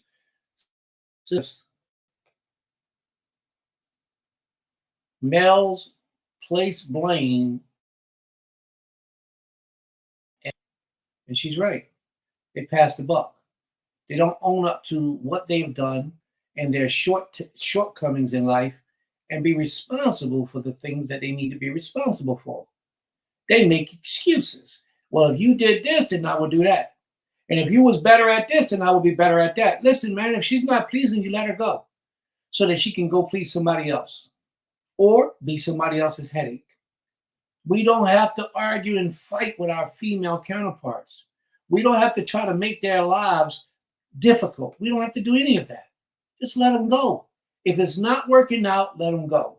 If it's not even that she's able to be worked with, let her go. You know, I'm not encouraging you to divorce a woman. That's not what I'm saying. But I'm saying after you've given her so many opportunities to get it right and she still doesn't fit in your program, let her go. She may fit better with somebody else's program. And that's part of the problem why a lot of men beat on women. A lot of men and women argue in their relationships because they're not compatible. They're not working out. They're both struggling to have dominance in the relationship. And that's not how it's supposed to be. We're supposed to know who is the dominant one in the relationship from the door. And if it's working to that degree where you're constantly having to argue with them, fuss with them, and put your hand, especially, here it is. As a man, and I want everybody to listen closely to my voice. I'm going to get a little bit closer to this screen. I pray that everybody hear me. Can y'all hear me right now? As a man, if you ever have to put your hands on your woman, you have to give her a bill. You have given your strength to a woman at that point. And that term, you can't apologize and say, I'm sorry, I didn't mean to do it, because you've done it. If you ever put your hand on a woman, you got to let her go. If that's your wife, you let her go, because you're not going to change. It's not going to get better. And she's got where she now controls you, or you're just weak in your strength and you can't control you, that you put your hands on her. So if somebody can take you to that place where you lose control, you got to let her go. She's no good for you in your life. You have to let her go. Another thing that I want to mention is this. You shouldn't have to force a woman to do anything for you in your life. I always say this. If she's not willingly, voluntarily supportive in doing these things, then it's not a good fit for you. No man, a woman is going to give her energy. Like the sister said earlier, Rofa Crown said earlier, she's going to do what she loves to do, what pleases her to please her man when she got a righteous and virtuous man.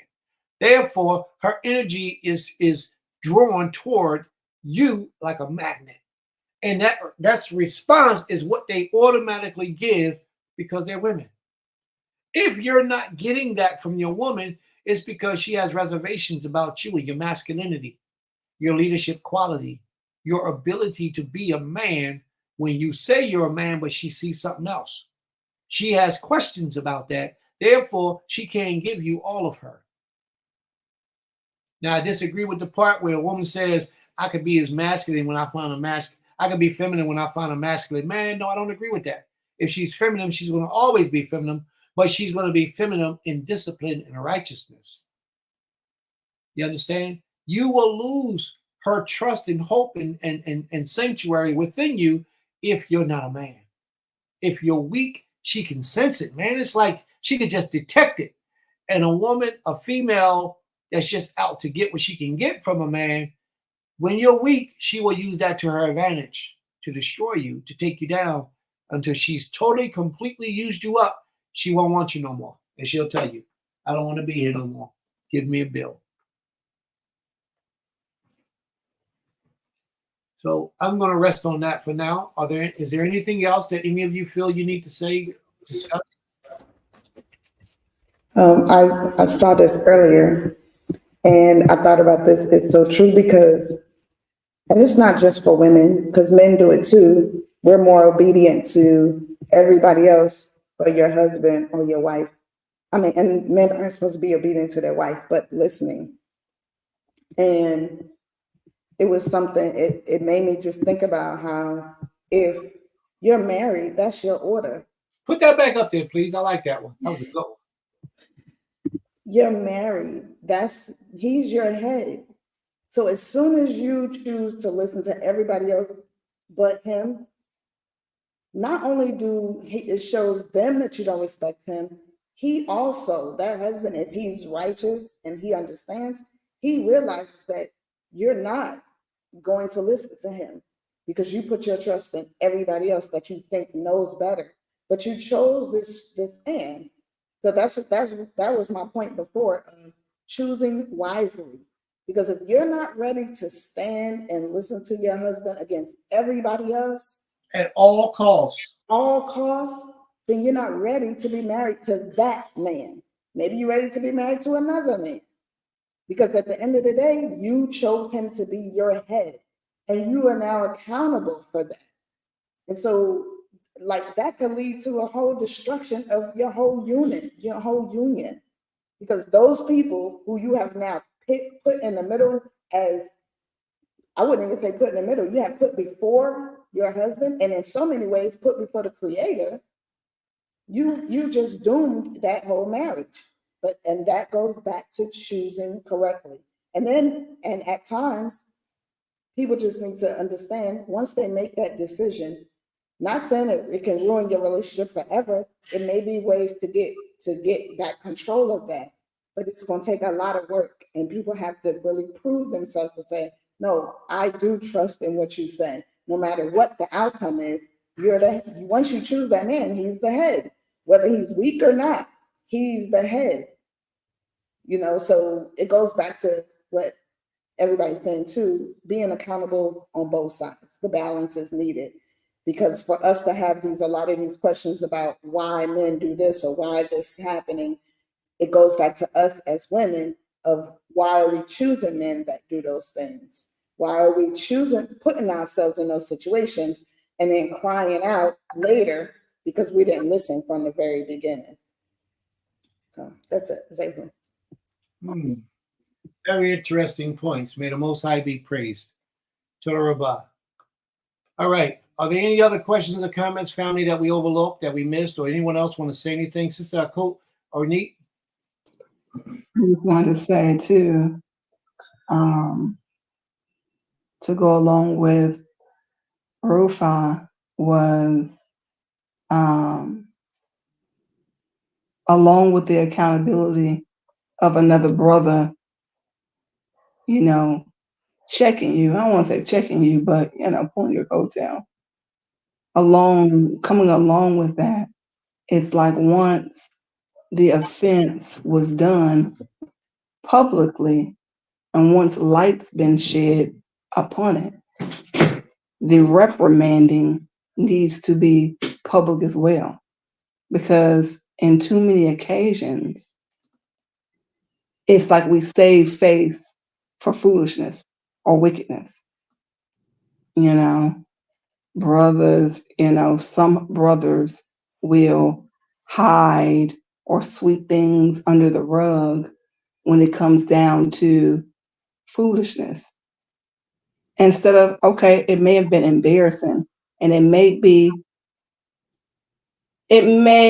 make the community or organization look a certain type of way, but to hide that foolishness, there's a reason why in the Tanakh the punishments are so severe, because that wickedness or that spirit need anybody thinking that, oh, I'm gonna do that, or I should. Anybody with that mindset or spirit on them, it's like it's casted out. But when you hide it, or when you help hide it, it gives way for that spirit to run freely in the midst, run them up. So that's my 2 cents. All right. May the Most High be praised. Very good. Very good. Sister Yael has a question. And wait, okay, there's a question. Could you get that, please? I'm sorry. Sister Yael says, if a sister has marital issues and seek counsel, but the husband refuses to follow the counsel, what can be done? And to whom this man answer to the Most High, of course, but in this realm? That's a very good question, sis. And if you belong to a community, your husband has to answer to the head of that community, the leadership of that community. Your husband has to answer to them. And if your husband refuses to follow the counsel, after the counsel has been given, then you can be released from your husband by a writ, a bill of divorce from the leadership, divorcing you and separating you from that man. And of course, the Most High is always in control. But see, things fall slightly different when you're in a community setting. When you're in community settings, it's like a marriage. So your husband is like in a relationship in obedience and loyalty to the leadership. That's why you got to be careful when you join a community that what you join is of a righteous nature, because you fall subject, so does your husband fall subject to that leadership. And if that leadership calls for your husband to have counseling, because so let's say you got an issue with your husband and your issue is valid. He's not working. He's not providing for the family. You bring it to the leadership, and the leadership gives to your husband the opportunity. Hey, listen, this is the issue. You're not working. You're not providing for your family. Your family is suffering. Now, if you're in a righteous community, the righteous community will be stepping in, helping out with your family, but it's the husband's job to do. And he's not doing his job. The leadership will pronounce to the husband what needs to be done by way of counseling. You know, they'll talk to him. They'll even try to help and assist him to work. Maybe he can work for the community or however it is, but they will try to help him and assist him to provide for his family. And if he's still not, and he's still not falling in a proper alignment, ultimately, you can be issued a bill of divorce to separate yourself from that family. Whatever the judgment coming down from that leadership is, all have to obey. And you'll find that present in scriptures in Deuteronomy, the 17th chapter, just so you can see it in law. And I believe it starts at verse 8. If he doesn't obey, he can lose his life. He could be put to death. Whatever that judgment is, the leadership says that's what it's going to be, he has to obey that. And if he doesn't need to be a part of a community. All right? What did I say? So the sister can remain in the community, but the husband must go. What about the children? The children belongs to their father. So in righteousness, he should take his children with him. But in reality, dealing with these guys today, I doubt very seriously if that happens. I doubt it very seriously if that happens. But if he does leave, and he leaves the children with the mother, that same leadership that I spoke to you about earlier, she becomes the responsibility, those children, that family, whatever he left behind, it becomes the responsibility of that leadership until that woman gets another husband. So that leadership, if he's in a righteous leadership, at Beulah Land, Temple Kefarym, that's how we move. If he's in a righteous leadership, if there are a righteous leadership, that woman's needs and responsibility falls on that leadership. They got to figure out how to come together to supply the needs of that family once that man vacates. See, whenever you sit in a seat of authority, you have to be willing to make changes in your own comfortability to satisfy the needs of the people that you rule over. You have to be willing to make adjustments in your own comfortability to provide the needs of the people that are under your care. That's what true leadership looks like. So there's your answer, sis, and that's how it has to be.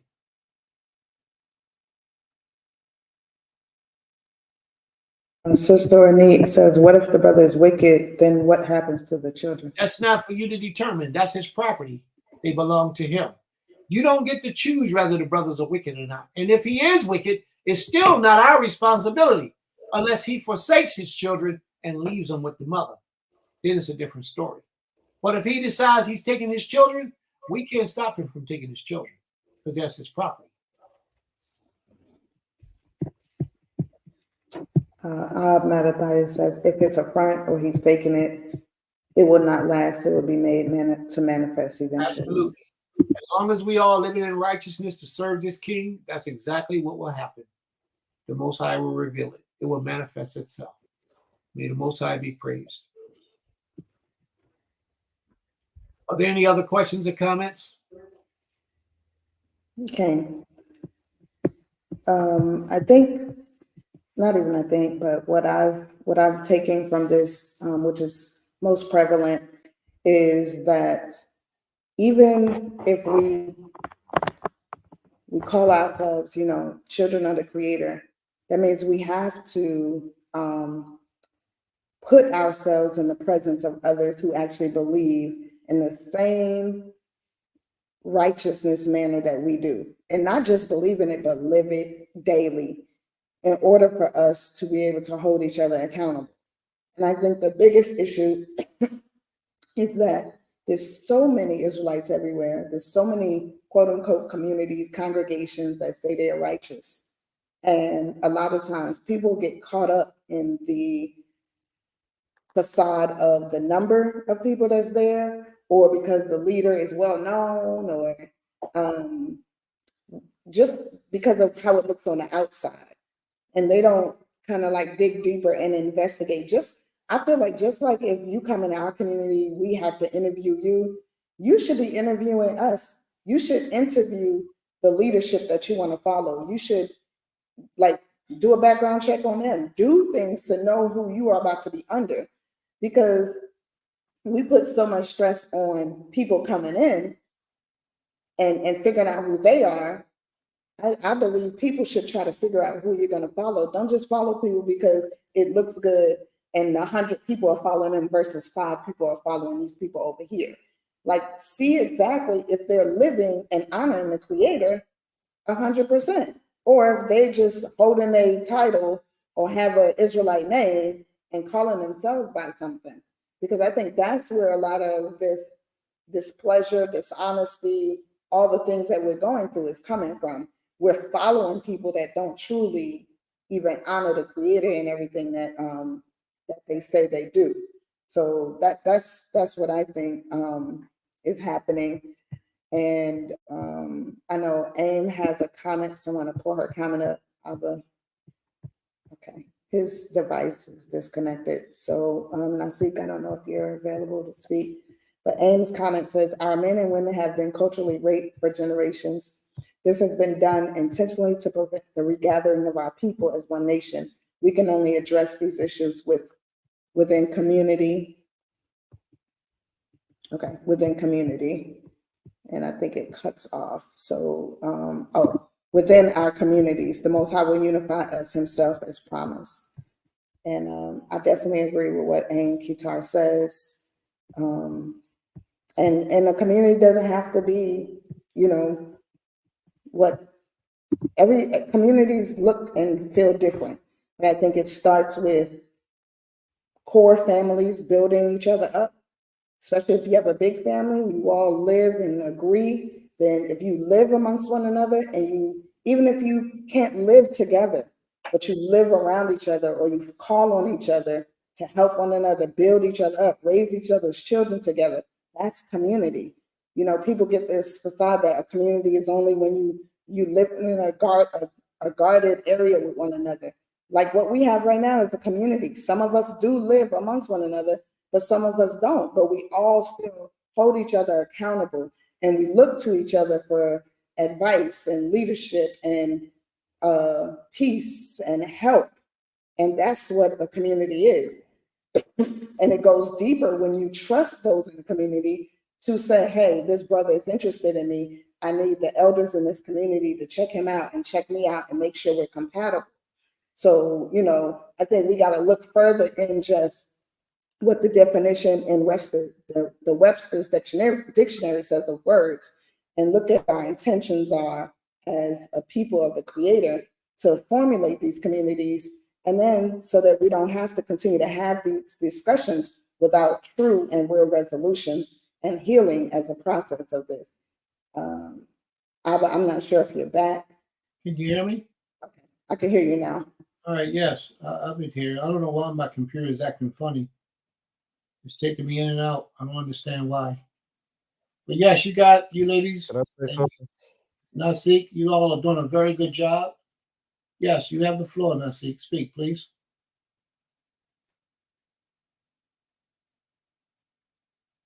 Now, Seek, are you there?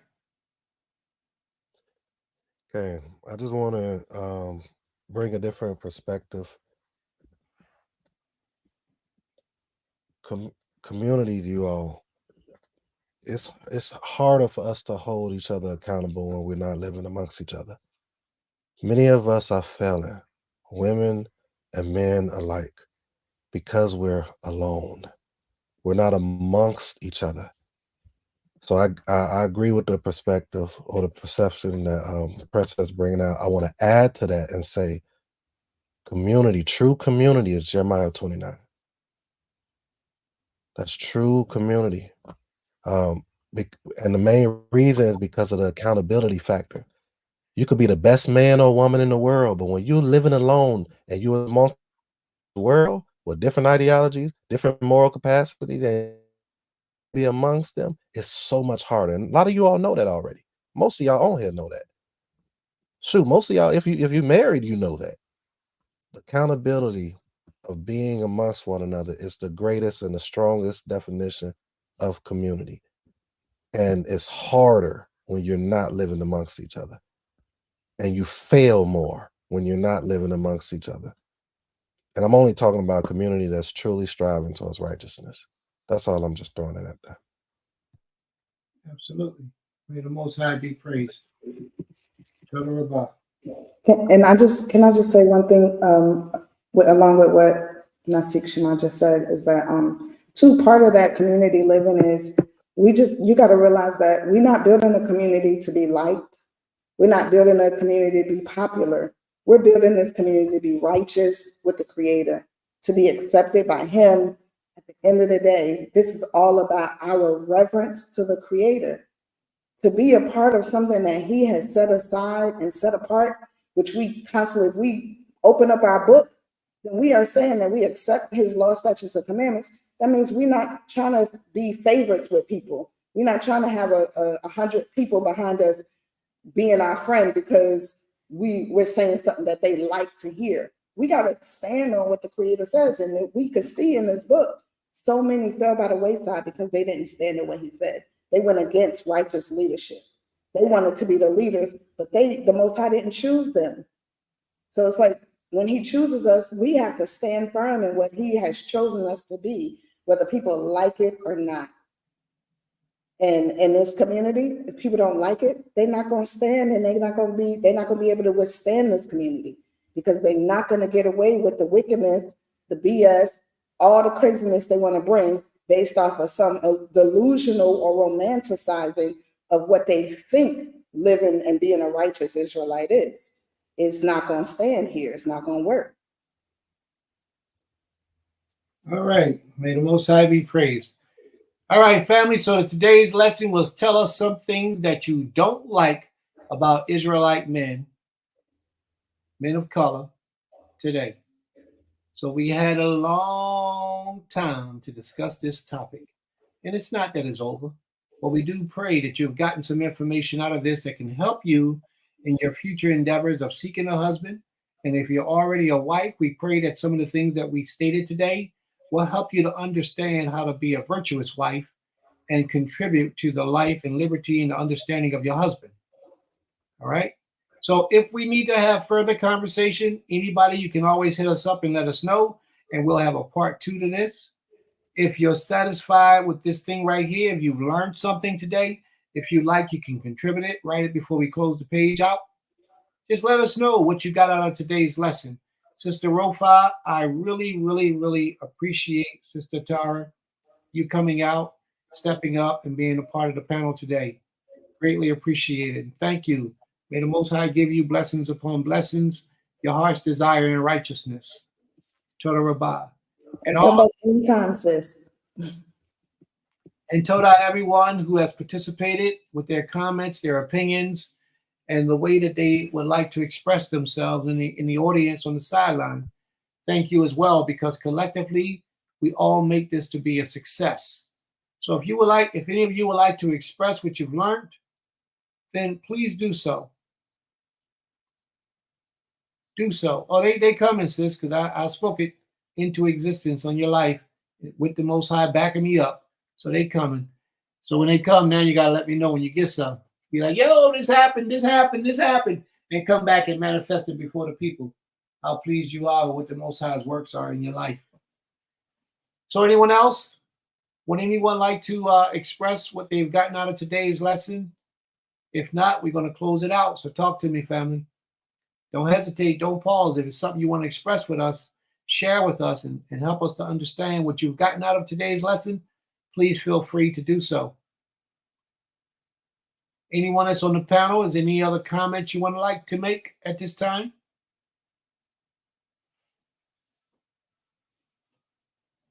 I would just want to say thank you to you and Nasik for being men and allowing us to have this conversation, because I think that's part of what's missing in Israel. As Sister Yael just said too, we don't get the opportunity to ask these questions or even to have real long, even dialogues. It's like a question is asked and dismissed. So, toda to you both as leadership for opening up the dialogue and allowing us sisters to come on and speak, and setting the format, because there was no arguing, there was no disrespect, and it was all done in righteousness and honor and in order. So, Toda Rabah to you both for that and for the Most High allowing us to be able to do this today. May the Most High be praised.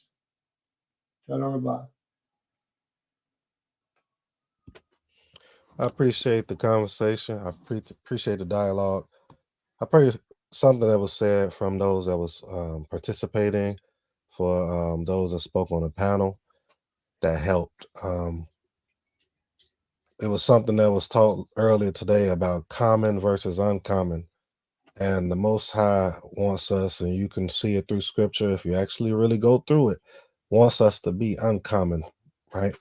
If everyone else around us is doing it, we probably shouldn't, right? We probably shouldn't be doing it. And I wanted to just hold my peace, but bruh, man, may the Most High protect and guide you, man. But those that know me understand I have to say something. I cannot let the last comment go. We shall be scattered amongst the heathen. His word shall not fall. That's why we should never get a community. Never. His word don't fall short. I respectfully disagree with that. And I'm going to explain why. And I have to say this. I wouldn't be who I am if I didn't. Jeremiah 29 really removes that. We're in what people might call this captivity. Some people say it's not. Some people say it isn't or is.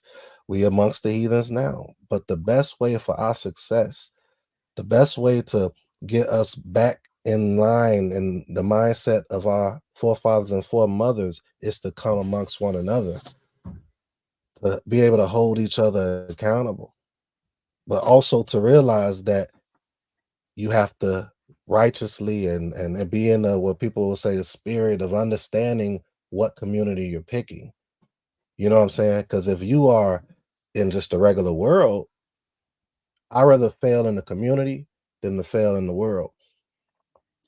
That might sound weird, but I'd rather fail in a community that's trying to be righteous than to be in the world and then I keep making mistakes and I say, oh well, the righteous fall 7 times. I'll get back up and keep going, and your accountability is gone.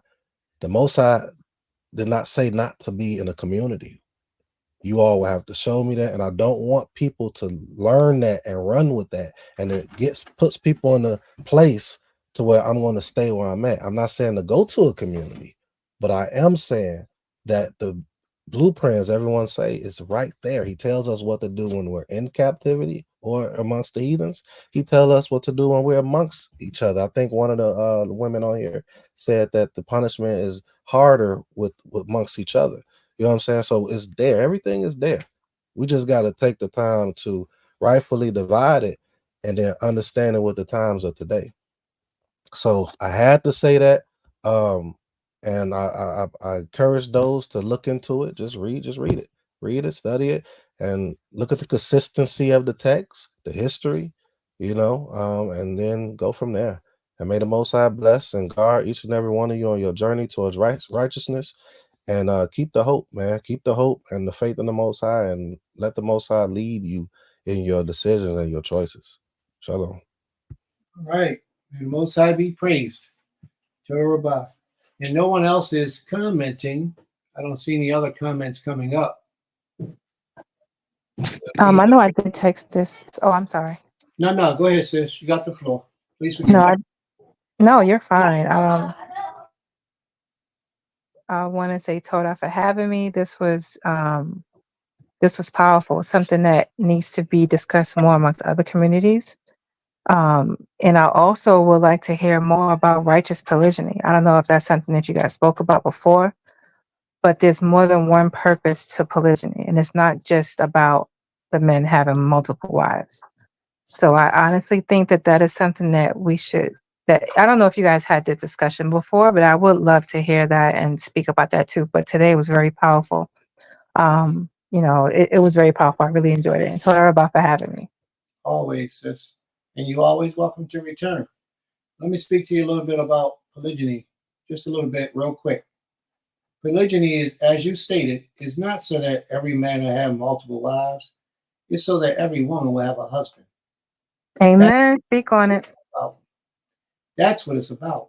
So that every woman will be covered, so that every woman could have a husband. I mean, y'all outnumber us. What is it now? 4-1 or 7-1? I don't even know what the strategy number is now, but it's a lot. And we have to think about it. It's too many of us are women that are not covered properly by a righteous man. That needs to change. Polygyny resolves that. I'm asking a question. From every 97 men, there are 100 women. And if you start adding that up, it keeps growing. And for every 90 in the United States, last time I did my studies on it, for every 97 men, there are 100 women. Add it up and y'all figure out what the numbers be like. It's crazy, man. And it's sad. But that's another conversation we can have another day. Matter of fact, maybe we can let you do it, sis. Sister Rofire, Born Crown, Sister. Don't get me started on that topic. Yeah. We can let you bring up that subject. Yeah, that would be a good conversation. Very good conversation. And it's always different when it comes from a woman. It's always different. Men, they tend to think it's one thing when a man brings it. But when a woman brings it, it's a totally different energy. So may the Most High be praised. Excuse me. Are there any other questions or comments, family, before we close it out? Sister Rofa. Atarote Tefila. Rota. Oh Lord, I don't like saying no, but okay, I'll do it. Okay. We're gonna close it out, family.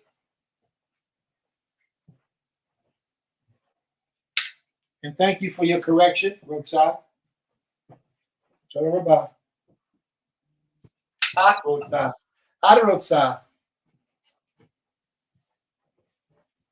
Cain, hallelujah.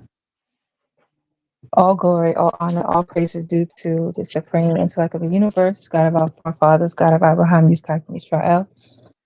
We thank you, Most High God, for giving us permission to be here, present on this holy day, on your holy day. We thank you, Most High God, for giving us permission to have the ability to know who we are, to know who you are.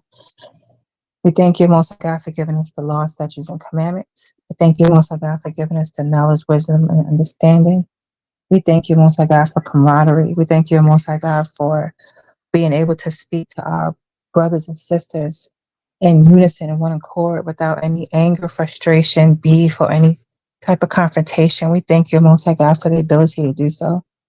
We ask you, Most High God, that if it pleases you, that you will allow us to continue to come before you in righteousness, that you will please give us the divine intellect, that you will please give us the drive, the dedication, and the zeal to continue to push forward in these times of Elohim. We thank you, Most High God, for your mercy, kindness, and favor. We thank you, Most High God, for knowledge, wisdom, and understanding. We thank you, Most High God, for all things and everything. We ask and we pray again, O Elohim, that you will continue to be with us. And please give us the zeal to walk righteously before you. Now, Most High Elohim. Toda Rabbah. Hallelujah. Toda Rabbah. May the Most High be praised. Selah. All right, family. We're gonna well, let's attend to these comments first before we close it out. Sis, thank you for that prayer. Greatly appreciate it. Want to read this? Aim Kitar says, as long as we remain splintered and not recognized as a nation, we are still in captivity. We are not free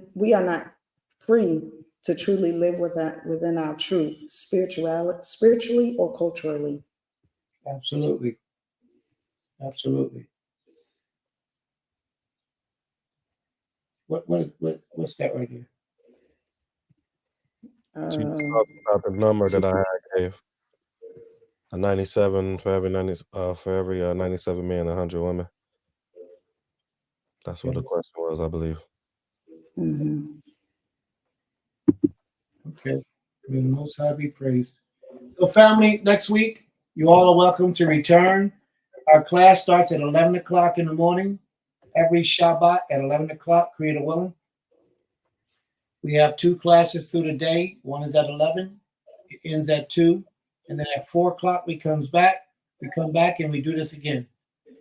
If there's anything that you would like to have us discuss, you can always post it in the room and we'll address it on another day.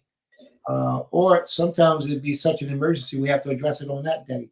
But we like the topics that you all like to discuss because we like to meet the needs of the people. We want everybody to leave the Shabbat day increased in their knowledge and understanding how to draw closer to the Creator. So we pray that we have been successful at doing that today, and that a lot of you have learned what you did not learn, or even reiterate what you already knew, but just cause you to help you to move in the right direction to give the Most High's glory by being a better vessel, a better servant, a better wife, and a better child of the Most High. May the Most High be praised. Ima, did you want to say something? Just announcements. I'm not going to speak on any because the Shabbat's not here yet. I mean, the Shabbat's not over yet. But we do have coming in at sundown, Shavuot. Shavuot is coming in at sundown for us and for others who partook in Passover at the beginning of, or at the end of March, I believe. So if you are doing Shavuot, Chag Sameach, and also our school program, end of the year program. It was going to be on Thursday, May 23rd, but we had to move it to Monday. I believe that is May 27th, if I'm correct. But we'll put out a flyer about it to correct the dates due to some personal things that we have to handle. But we look forward to sharing our school end of the year program with you all and for you all to see the beautiful things that our students from kindergarten to 12th grade, well, we go up to 12th grade, but our highest grade right now is 10th grade, are doing in our school along with our great teachers, educators, and our administrators. So Toda again, as Maish said, for tuning in. And we welcome you to come back, like, comment, share, subscribe. We're here for our people. We're servants unto you. And as we get these subjects and these topics, we want to be able to address them. So as I keep saying, so that we could bring about healing unto us as a people, as a community, as women and as men. So Toda Rabbah, Shabbat Shalom. Nasik, I don't know if you want to say something. I think his computer went out, so. May the Most High bless and guard each and every one of you. Shalom. Shalom. Shabbat Shalom, everyone. Toda Rabbah. Shabbat shalom.